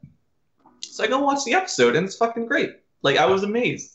I was the thread that ties the whole episode together, like towards the end of it, of all these different characters just not knowing what a penis looks like, was utterly brilliant. And I'm not mincing my words here. That is, of course you're not, because they're going to be quoted later. That was the only way to describe it. I was so impressed as I was watching it that like it's very funny. It's actually pretty creative, and it makes a lot of sense given the characterization of these girls leading up to this point. That they all are playing in this sphere of their work where they're eromanga, right? And the one girl, the sister's classmate, is fronting as being this harlot for better or worse. What? And it's just like the fact that they're all show-offs or they just have no experience is realistic, and again, it's quite funny. And the way the scene plays out is also very humorous. And I was just so impressed by that because it's so easy to phone in, like, okay, we're going to have a cute moment with this girl, cute moment with that girl, give everybody one more spotlight before the show wraps up. That's exactly and he just what they did, took it to the next level. What? All right. That's Well, then exactly I what they will did. I will concede to Eromanga-sensei. It's not you, it's me. I invented it's the not you, it's me. If it's anybody, it's me. Sweet Seinfeld reference, bro. Ow. What just happened? Computer on my hand. it sounded like Fug slapped you. What a dongus. Can I bring up one stupid criticism that only matters to me and matters to none of you? Sure. What? I felt like the fucking extended Aremo cameo at the end of episode 11 took away a lot. Oh yeah, of I hated the that. good feelings That was really dumb. Like, it was the climax, the emotional moment of the whole show, and they had to shoehorn in the fucking Aremo characters. Like, the one brief cameo they had of Kuroneko on TV earlier in the show was enough. They didn't need that. It is kind of funny how, I guess it does make sense that a girl who is literally in an incestual relationship with her brother would be the one who would like pick up a manga or light novel that's like, oh, it's about incest. This might be good. That scene is also like the official epilogue to Aremo. Like, that's what that scene was written as, and then they put it in this show. Oh God, Jesus Christ! Delete this. Wait a minute, Steve. Are you saying that all the girls just let themselves get cucked and just stick around regardless? Yes. Oh, shit. Yes. Including the girl he dated and then dumped to go out with his sister. She was just that's perfectly okay with that. That's a little rough. She was okay with that, and then they stayed friends. That is the other thing. The fact that I know that this was written by that same writer, like he also blew off. He also blew off his creepy. childhood friend of like 10 years because she called him out on how wrong it was to want to fuck your sister. She was portrayed as the monster in the show. Oh my God. History's greatest monster? History's greatest monster. Although she did get a couple good punches in on Kirino in the last episode, so. Oh yeah, I know everybody says that's like the best part of the show. It is the best part of the show. Fuck Aremo. Fuck Aremo. If you ever want to get mad, watch Aremo. If you want to have a good time, though. Fuck off, Steve. just go on. Fuck, I'm trying to talk here. I'm going to keep talking over you two until you start talking. Well, look, can we just talk about how Eromanga-sensei... I don't even have like a great point to make here, so I'm sorry for interrupting you, but Eromanga-sensei just had one of the greatest OPs known to man. It's pretty good. It's... when I watched the final episode and I was like, I'm not going to get to hear this again. I was more sad than saying farewell to any character in the show. It is, I would say, not that it's the best OP I've ever heard, but for the show it's for, it is perfect. It's pretty good. In every sense of the word. It's great. Very catchy. Great. Well, that's going to wrap up the incest hour. Oh boy. Next up is a show I have to introduce. I think only Funk and I watched it, and Steve Squad. I was the only one who finished it. Busou Shoujo Machiavellianism. With a title like that, I don't know how no one else picked it up. And I described this on the mid-season podcast as if you want to watch a show, right? If you want to watch a show about a guy who puts girls in their place, this is the show for you. And DL tour. it's about this guy. Okay, so at his previous school, he beat up 40 people. That's right, 40 people. And then because of that, he was punished by being sent to this school where delinquents are disciplined. And at this school, the girls all carry around weapons and beat the boys into submission until they start dressing and acting like girls. But this guy, because he's fucking alpha, he's not having any of that. So he embarks on a quest to beat the 5 holy swords or whatever, like the student council who have all the best weapons. This show really embodies the Funk versus DL conflict. And by beating them, he gains stamps on a card that'll let him leave the school grounds to come and go as he pleases, basically. And if I had to describe the show, so on the mid-season podcast, we talked about a few shows that were like, these are kind of bad shows that feel like they're from the mid-2000s that would show up on like one of Frank's crutchy roulette streams. I would describe this as a good version of one of those shows. It's not great by any stretch of the imagination, but it's like, it feels very out of time, but it's also fun. It's certainly better than it has any right to be. Yes. It is kind of a school battle anime, but not really. The only difference I would say is that there's more thought and care put into the actual martial arts and swordplay that's going on here. Whereas a lot of other shows, the battle scenes are just, people just flailing at each other randomly. Here, everyone has their own style of combat, and it's about how those styles of combat go against one another. And a lot of it's complete fucking bullshit, because the main character's move is called the magic bullet, where he punches someone so hard it's like getting shot by a bullet. It's that sort of thing. Well, no, so like he puts his palm on them and then twists it, which imparts like enough force just to like that it just like sends a gust of wind at them and they just fucking get called dead. a magic bullet. Yeah, like the fucking mixing shredding machine. The shredding machine, yes. What would you call a blender? Magic bullet, the shredding machine. What was that guy's name? Vince that shilled that thing? Was it Vince? It was Vince, the ShamWow. Vince is ShamWow. ShamWow. Yeah. But anyway. Anyways, this is not a story you're gonna get heavily invested in.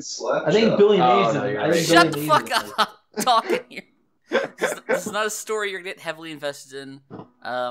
But I had a fun time with it, enough to finish it, and it was like a solid 7. So that's pretty much my thoughts on it. Despite dropping it, I'm like dangerously close to also giving it a 7. Not that I would ever rate a show that I dropped because I'm not a monster, but I dropped it at around episode 8 or 9. I might have finished episode 7. And I was like, okay, this was a good show. It was fine. I certainly enjoyed parts of it, but I'm just done. It wasn't, once you got to a certain point, it wasn't offering anything new, and you knew exactly what the last couple episodes are going to be. Mm-hmm. And I just, I had my fill. I was just done. But if I had finished it, I still would say that it was like decent, just straight decent. It had an actual kiss in it. It had that going for it. Yeah, it had a lot of things in it. Had a like weird female bear still wants to fuck this human guy. So the stupid fucking bear walking around school, that was the most like mid-2000s anime thing in this show. Right.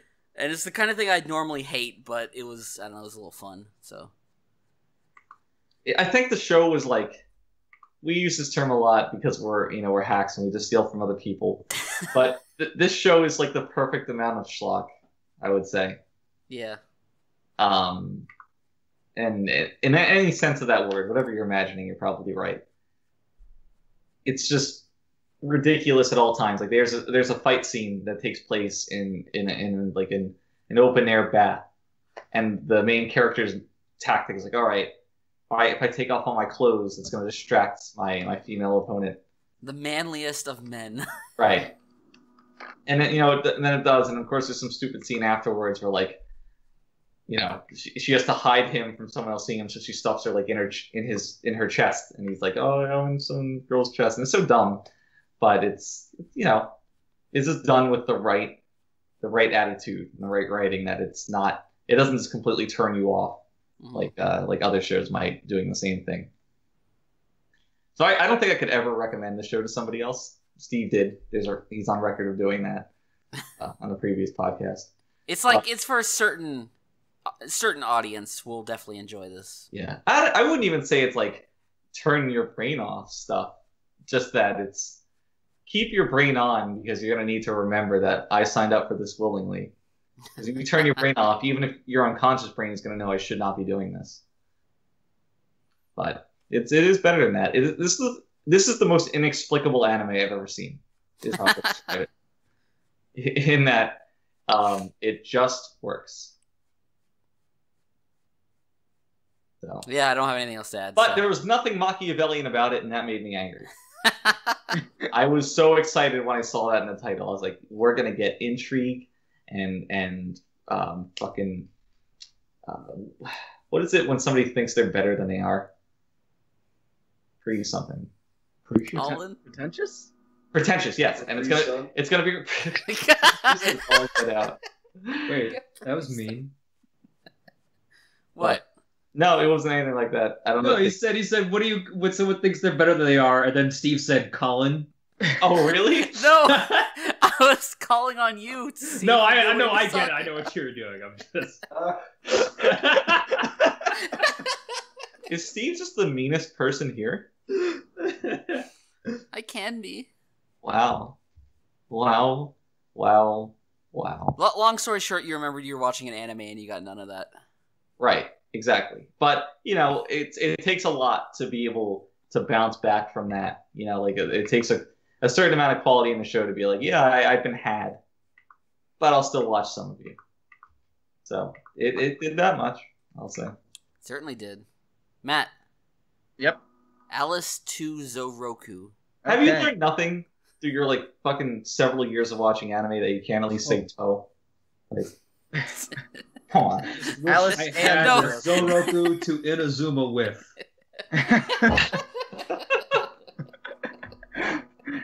Anyways, so listen, I don't know if Zouroku's the place or not, and whether Alice is going there. So Alice and Zouroku are both people. But this show Alice is barely a person. That is kind of true. This is, no, literally, that is like a plot point. But this is one of the shows I recommended, and I think Funk and Kenny are the only ones who finished it, both whom gave it a 5. I gave it a 7. 5 Squad. Huh? 5 Squad. 5 Squad, yeah. And I will say, I don't think the show is great.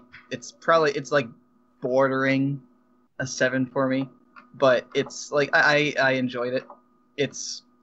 I will say this, it is kind of a mess, and it doesn't really know what it wants to be, because it has a little bit of everything in there, and this is a very good example of a show that's a jack of all trades, master of none kind of thing. You got a little bit of action, you got a little bit of drama, you got a little bit of slice of life, like cute girls doing cute things bullshit. You got a little bit of that whole old guy taking care of a kid thing that a lot of shows love to do now. Which is just the best fetish. But not in a creepy way, though. Not in a creepy way, yeah. But it doesn't really excel at any of these things. But I felt like it was interesting enough and good enough to be worth watching, and I did enjoy it quite a bit. I think it's worth noting that when you recommended it, mm-hmm. The first arc was basically the first half of the show. Right. And then from then on, it becomes a lot less focused. Yes, that is true. It is very weird how... So, you go from episode 5, where you have this little girl getting pinned down by an invisible hand and then shot in the leg, to... What? I forgot about that. Yeah, that happens. She also pisses herself from fright. And it's just not hot at all. No. And then you go to episode 6, where the big dramatic moment is, oh no, she got lost in the city. Kumamiko? What? Kumamiko? No. No. But, either way, it does get a little bit more plot later on, where this other girl gets introduced who also has powers, just like Alice does. That's the other thing. It's all about these characters who all have these, weird superpowers. So it's like Sakura Reset. I don't know. I never watched that. But Keep it that way. anyways, the show is interesting. It definitely has a lot of good ideas. Like I said, it doesn't excel at any of these things. I feel like the last arc of the show, like the stuff that has to do with the girl and her relationship with her parents and all that, was actually pretty good. I was a little so? Huh? You think so?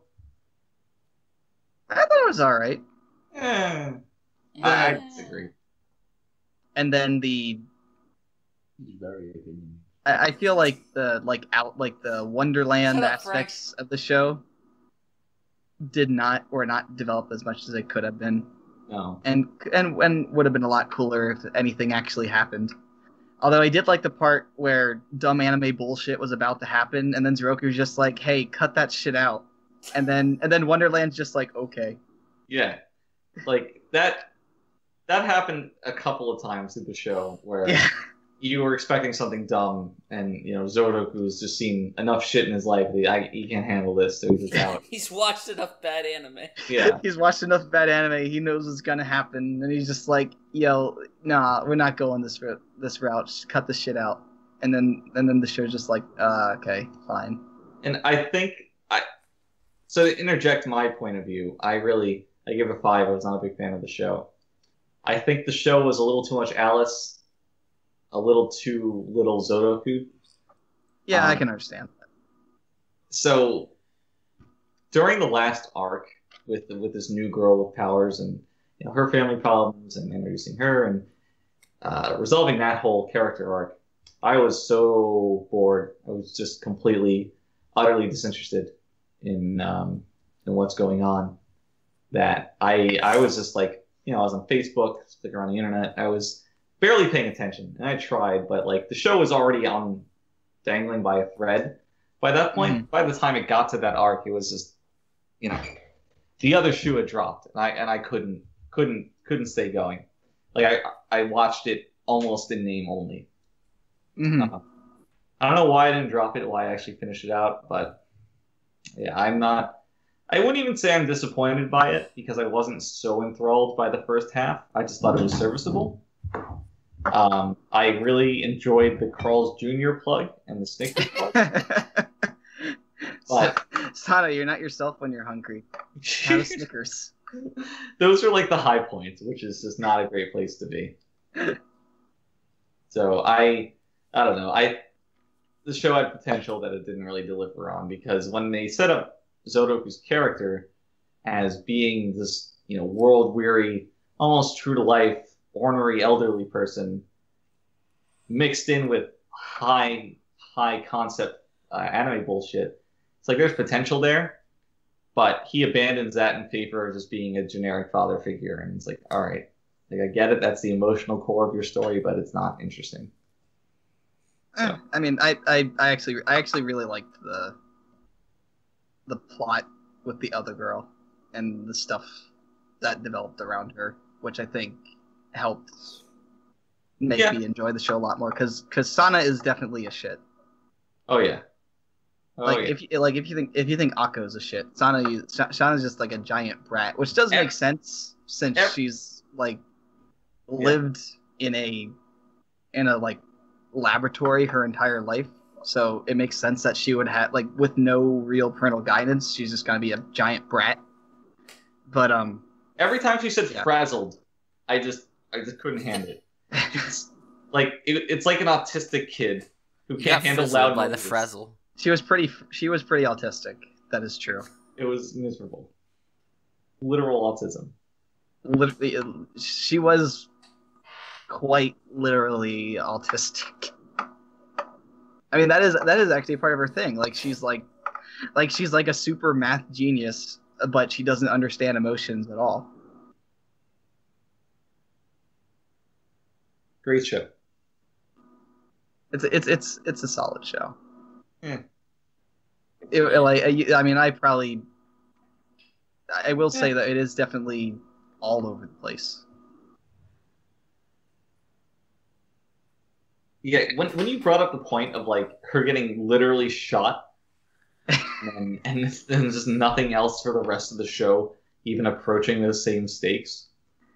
Like, I had forgotten about that. Yeah, it's very weird. Like, it's so weird how it's done, because you could like, since the first episode was like a double length episode, you could take that episode and split it in half, because there was a halfway point where it is like pretty much two separate episodes that you can cut it in half. You can just take that first half of the show, make it into a 6-episode OVA, and there you go. You have your show. Would definitely be much better. At that point. Like, even like, if you take some of episode 6, where she officially becomes part of the family, and stick that in the ending as like an official ending, where it's like, oh, she's part of the family now. Like, there's your end. Like, that's it. Like, that would actually be a very solid ending too. Can we talk about the actual ending to the show?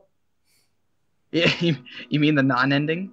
So it's so weird, because in the last scene they cut to narration by Alice, or Sana, I guess. No, it's that's actually a different character. Wait, I looked into that. Alice and Sana are 2 different characters. I'm so done. But the point is, to the less discerning eye, it's that Sana is narrating, because it talks about her life, and then it cuts to her as an adult holding flowers, presumably standing over Zouroku's grave. Mm-hmm. It's like, because of him, I was able to grow and become my own person, and whatever. It tries to tie a neat little bow on it, despite the fact that at no other point in the series did it frame itself as being a retrospective told from any narrator's point of view. Yeah, I mean, it felt like a really cheap way to kind of say, yeah, we're not going to do any more of this. Yeah, it was so out of left field, so underdeveloped, and just so unsatisfying. Apparently, I actually did look into like how the manga turns out, and yeah, apparently, I think Alice is like supposed to be like another figure from Wonderland that's kind of also like Sana, only in an adult form. And I get it, Alice in Wonderland. Yeah. You're very clever, Steve. But I did spoil myself a little on the manga, where apparently there is a moment where Sana, quote, dies, unquote, because she's killed by Alice, apparently. Oh, and that's the other thing. Sana isn't actually human. She's like, this is actually explained in the show itself. I don't know if you remember that, Funk, but not really. Yeah, like, Sana's not actually a human. She's like the humanoid. She's like a humanoid figure that was born from this weird Wonderland place. That's like this alternate universe, or I guess parallel universe to our universe or whatever. That just like keeps expanding. What was that? Was that Collin? Yeah. Collin, what did you think of the 6 episodes you watched of Alice to Zouroku? Yeah, that was wow. Oh yeah, Collin actually watched this show. Was that Freckle? No, but Freckle has been outside my room yelling. Oh, it was. I didn't dislike what I saw. I just couldn't really get into it, and after a couple of weeks of having not seen it, I basically forgot about it. I was like, what the fuck was the plot to this again? And I figured, I don't feel like revisiting it. Yeah, I mean, I can understand why somebody wouldn't even like this show, because it's not great. It's very borderline good. It felt like it had the tenets of a coherent story. Well, you didn't get to stick around to see when it completely abandoned all that. Oh, this is where it really goes off the rails, huh? Frank will never live that down. Even though I was the one who started it. This is when it gets really crazy. It was Frank's show, so. It was, but I was the one who kept saying that. Worst show Frank ever made. Not Gashimon Crowds? Oh, damn it, Frank! You really outdid yourself! Gatchaman's Crowds at least had the song. I'm sure it all made sense in Gatchaman Crowd's insight. I'm sure the story came around nicely. We're never going to see Gatchaman Crowd's insight. No. Well, Funk, Yes. unless you guys have anything else you want to say, No. Nah. Do your thing. give us some insight in our last show, which you absolutely wanted to talk about on this podcast. I did. I insisted.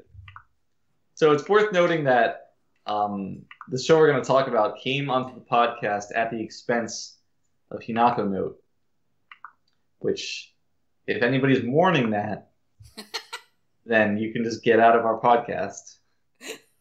But I wanted to talk about Warau Salesman New, which is apparently a revival of a show from, like, I think the late 80s or perhaps the early 90s.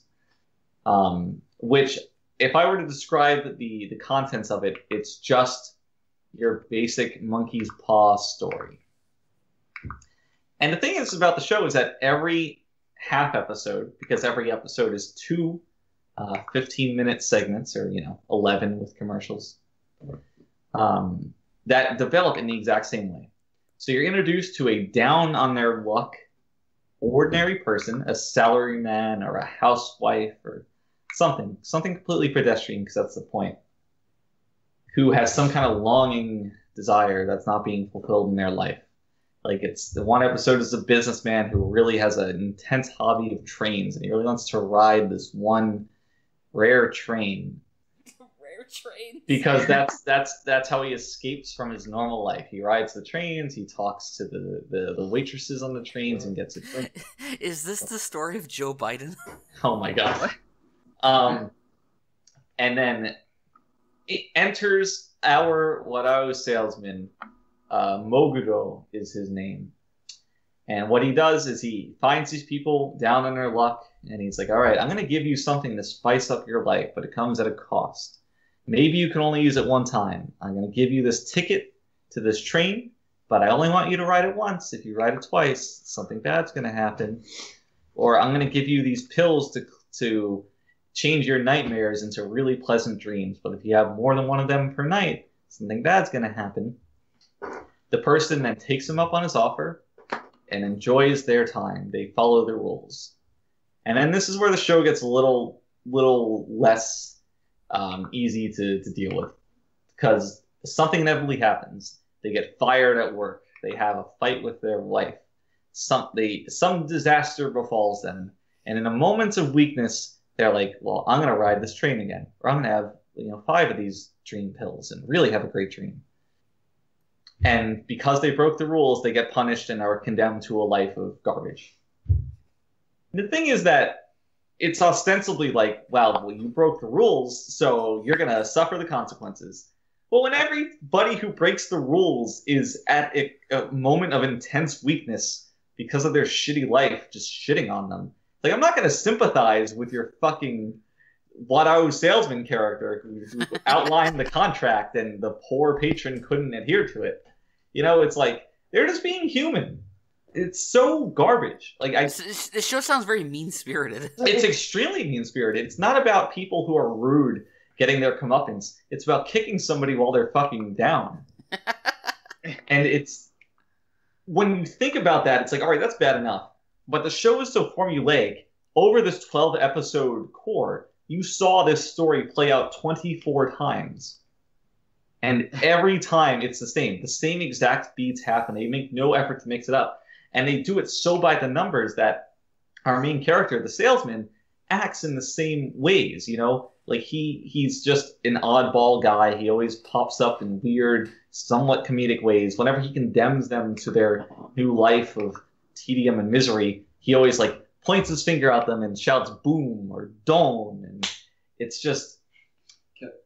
Can I pop in for a second? Yeah. Is this not a children's show? I don't believe this is a children's show. I think it's a children's show. I don't think this is a children's. If this It's sure teaching kids the right lesson. Like a really old, like. I mentioned that. No, it's seinen. So it's not for children. It's definitely not a kids show. Yeah, I don't believe it. The content in the show is at times explicit enough that I would believe it's not for children. If it was for children, that would explain basically everything. Absolutely not for children. Oh my god. I mean, Also, whenever I see it, all I can think of is like the Jew pole memes. Yeah. But I don't know. I watched the entire thing, and I don't I don't even know why. There's nothing to gain from each episode. You're like, okay, this is going to happen, and that's going to happen, and then that's going to happen, and then I'm going to feel like mildly frustrated, and then that's going to happen. And like, all right, great. Good job. Reminder that this is the second of 2 shows that Funk recommended on the mid-season podcast. No. My recommendation, and I think everyone misunderstood this, my recommendation was in jest. I literally said, if you want to see the same thing happen every episode, then go watch this. It was not a sincere recommendation. Listen, a recommendation in jest is still a recommendation. Neck yourself. So does anyone avoid the Warau curse? No, I was waiting for that. That's like what would have redeemed it slightly. If somebody, maybe not even in the last episode, but towards the end, it was like, I followed the rules. Well, it's like the coyote can't catch the roadrunner. But it's not. There's no humor in that, right? Like, the humor is seeing the coyote just be his own downfall every time. No, it's not. That poor coyote. Well, Steve, why do you sympathize for the coyote? Steve's on the wrong side. Who wouldn't? Because the I mean, the Roadrunner's a fucking. Because Tom. The Roadrunner's a fucking dick. Wrong. But the coyote, he's actively trying to fucking, The Roadrunner just antagonizes this poor guy. No. Jerry antagonizes Tom. The Roadrunner. The Roadrunner's a fucking retard. He doesn't know any better. Who antagonizes Taz, the Tasmanian devil? No, Bugs he Bunny. doesn't have.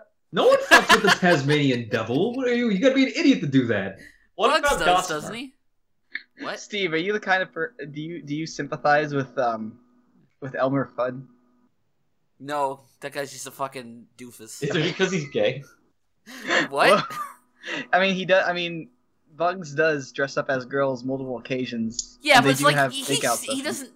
Okay, well, ignoring the fact that he can't see it's a rabbit, he still sees it as a woman. That is true. Look, we all know traps aren't as convincing as we want to believe. Can we get DL's expert opinion on traps right now? In general, Yeah. I mean, like, if you find a good one, you better keep it for life. What if you can tell that it's a man? But, like, only kind of. Then no. Okay. Well, What if there's a noticeable that's not Adam's a trap. apple? Your pure fantasy of traps doesn't exist. Well, that's why it's a fan. You just Like again, like eating a meatball sub in bed. The fantasy trumps the reality. no, like eating a meatball sub in bed is pretty much what I expect. If I eat it in bed, No. I get what I would Have you expect. ever eaten a meatball sub in bed? Yeah, you just gotta make sure. No, have you? I haven't eaten a meatball sub. There you go. You just have to make sure you have something that catches the Checkmate, atheist. cup. You clean up quick.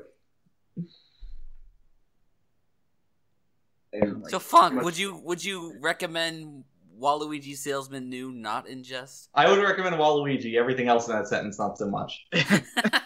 I wanted to talk about it because of how angry it made me. Not even like oh, I'm an internet critic from 2007. I'm so angry. Just that like I sat through 20 or 12 episodes of the same formula and got nothing from it, and I'm just frustrated by that. You got a story for a podcast. Now so. imagine watching the one from the 80s, which was 103 10-minute episodes. God damn. God damn. At least in the 80s, it was probably like more wholesome. Probably. And not like some guy being taken over by an evil mustache because he was a cabbie who couldn't assert himself to his fucking patrons. This show's ridiculous. Not in the way. Not in the Platinum Games way, more in like the fucking kind of Willy Wonka remake way. It wasn't happy! So, Funk, what were your top 3 anime of the season? My top 3, oh my god, you always do this and I never form the list. But, so I'm going to talk off the top of my head and pay no respect to the actual scores I gave something on Mal. My top 3 anime of the season were, despite everything I said about it, I would still have Seikaisuru Kado as number 1. Number 2, I would probably... I'm not even going to put Boku no Hero on this list because it's just above this. It's, this is the second core. It's going to go into the next season. I'm not even thinking about it. Number 2, I guess, would be Eromanga-sensei. And number 3, what aired this season? Fuck. Number 3. Tsuki Gakurai, Saikano, Tsuki no Kirei is probably number 3. Okay. I don't stand by this list. Don't quote me on it. You put me on the spot and I'm mad. So fuck you. Colin, what's your top 3? Oh shit, you guys! I've really just gone full normie this whole podcast, haven't I? We won't hold it against you. Well, let's see. Well, let's not get ahead of ourselves here, Funk. First podcast I positively reviewed Monster Musume. All right, true, and I'll never forgive you for that. Yeah. I also let's never forget Shomin Sample.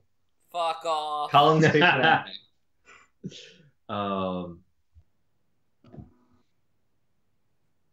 But top 3, probably number 3, Recreators, number 2, Little Witch, and Not number about 1. both of those. What? Yeah. Yeah, jackass. Well, okay, so Little Witch is different because it didn't start this season. Fuck off. Does that matter? Yes. All right. Whatever. Its content was my second favorite produced this season. Well, if you want to change the rules, then fine. Oh! So you changed can't. the Okay. rules. So what was number 1? I said Boku no Hero. No, what was number 1? What? Colin, what was number 1 and why was it Warau Salesman new? I guess. Go ahead, Matt. I guess we can't count Little Witch then. Yeah. You can do whatever you want. It doesn't matter. Go ahead. I mean, Matt. since it technically didn't start this season, I guess I'll leave it out for Little Witch. But yeah, it would be Tsuki ga Kirei, then My Hero Academia season 2. Fuck, I'm not even sure what the next one would be because I didn't even watch a whole lot. Because Steve didn't tell us about this beforehand, and no No, one. I we mean, do it every end of do. the season podcast. We do. I just was expecting to say Little Witch, but now I don't know because I don't even know. Just put Little Witch and then like an asterisk at the end. Yeah, Little Witch Academia, even though it didn't start this season. I guess if I were to take that out, it would probably be Sakura Quest, even though I didn't watch most of it. Frank. So of the 4 anime I stuck with that started airing this season, I only watched 5 shows this season. One of them was a leftover from last season. So of the 5 shows I watched, one of them is Attack on Titans. That's obviously out. So it would probably be Boku no Hero Academia, then Tsuki ga Kirei, and then Recreators. I wanted to love Sakura to Reset so much more than I did, and it just Wait, of the 4 shows you watched, name 5 shows that you watched. This is unreal. What's up? What do you mean by that? Funk, can you slap him for me? Was that a slap? It was the same slap I did before, Steve. DL, what are your top 3 shows this season? I'll tell you what my top show isn't. And that's Eromanga-sensei. Because it's really icky and gross. It made me feel weird. And I think Japanese culture is really dumb and creepy and gross and weird. Problematic. Anime needs to change now. So what was your favorite show? The Laughing Jew. Nice. So I gotta say, so this doesn't count. But the best thing that I watched this season was Koei no Katachi. Just let's end the podcast. I want to hear Frank talk about it. No, I gotta do my list. What? No, number 1, Boku no Hero Academia.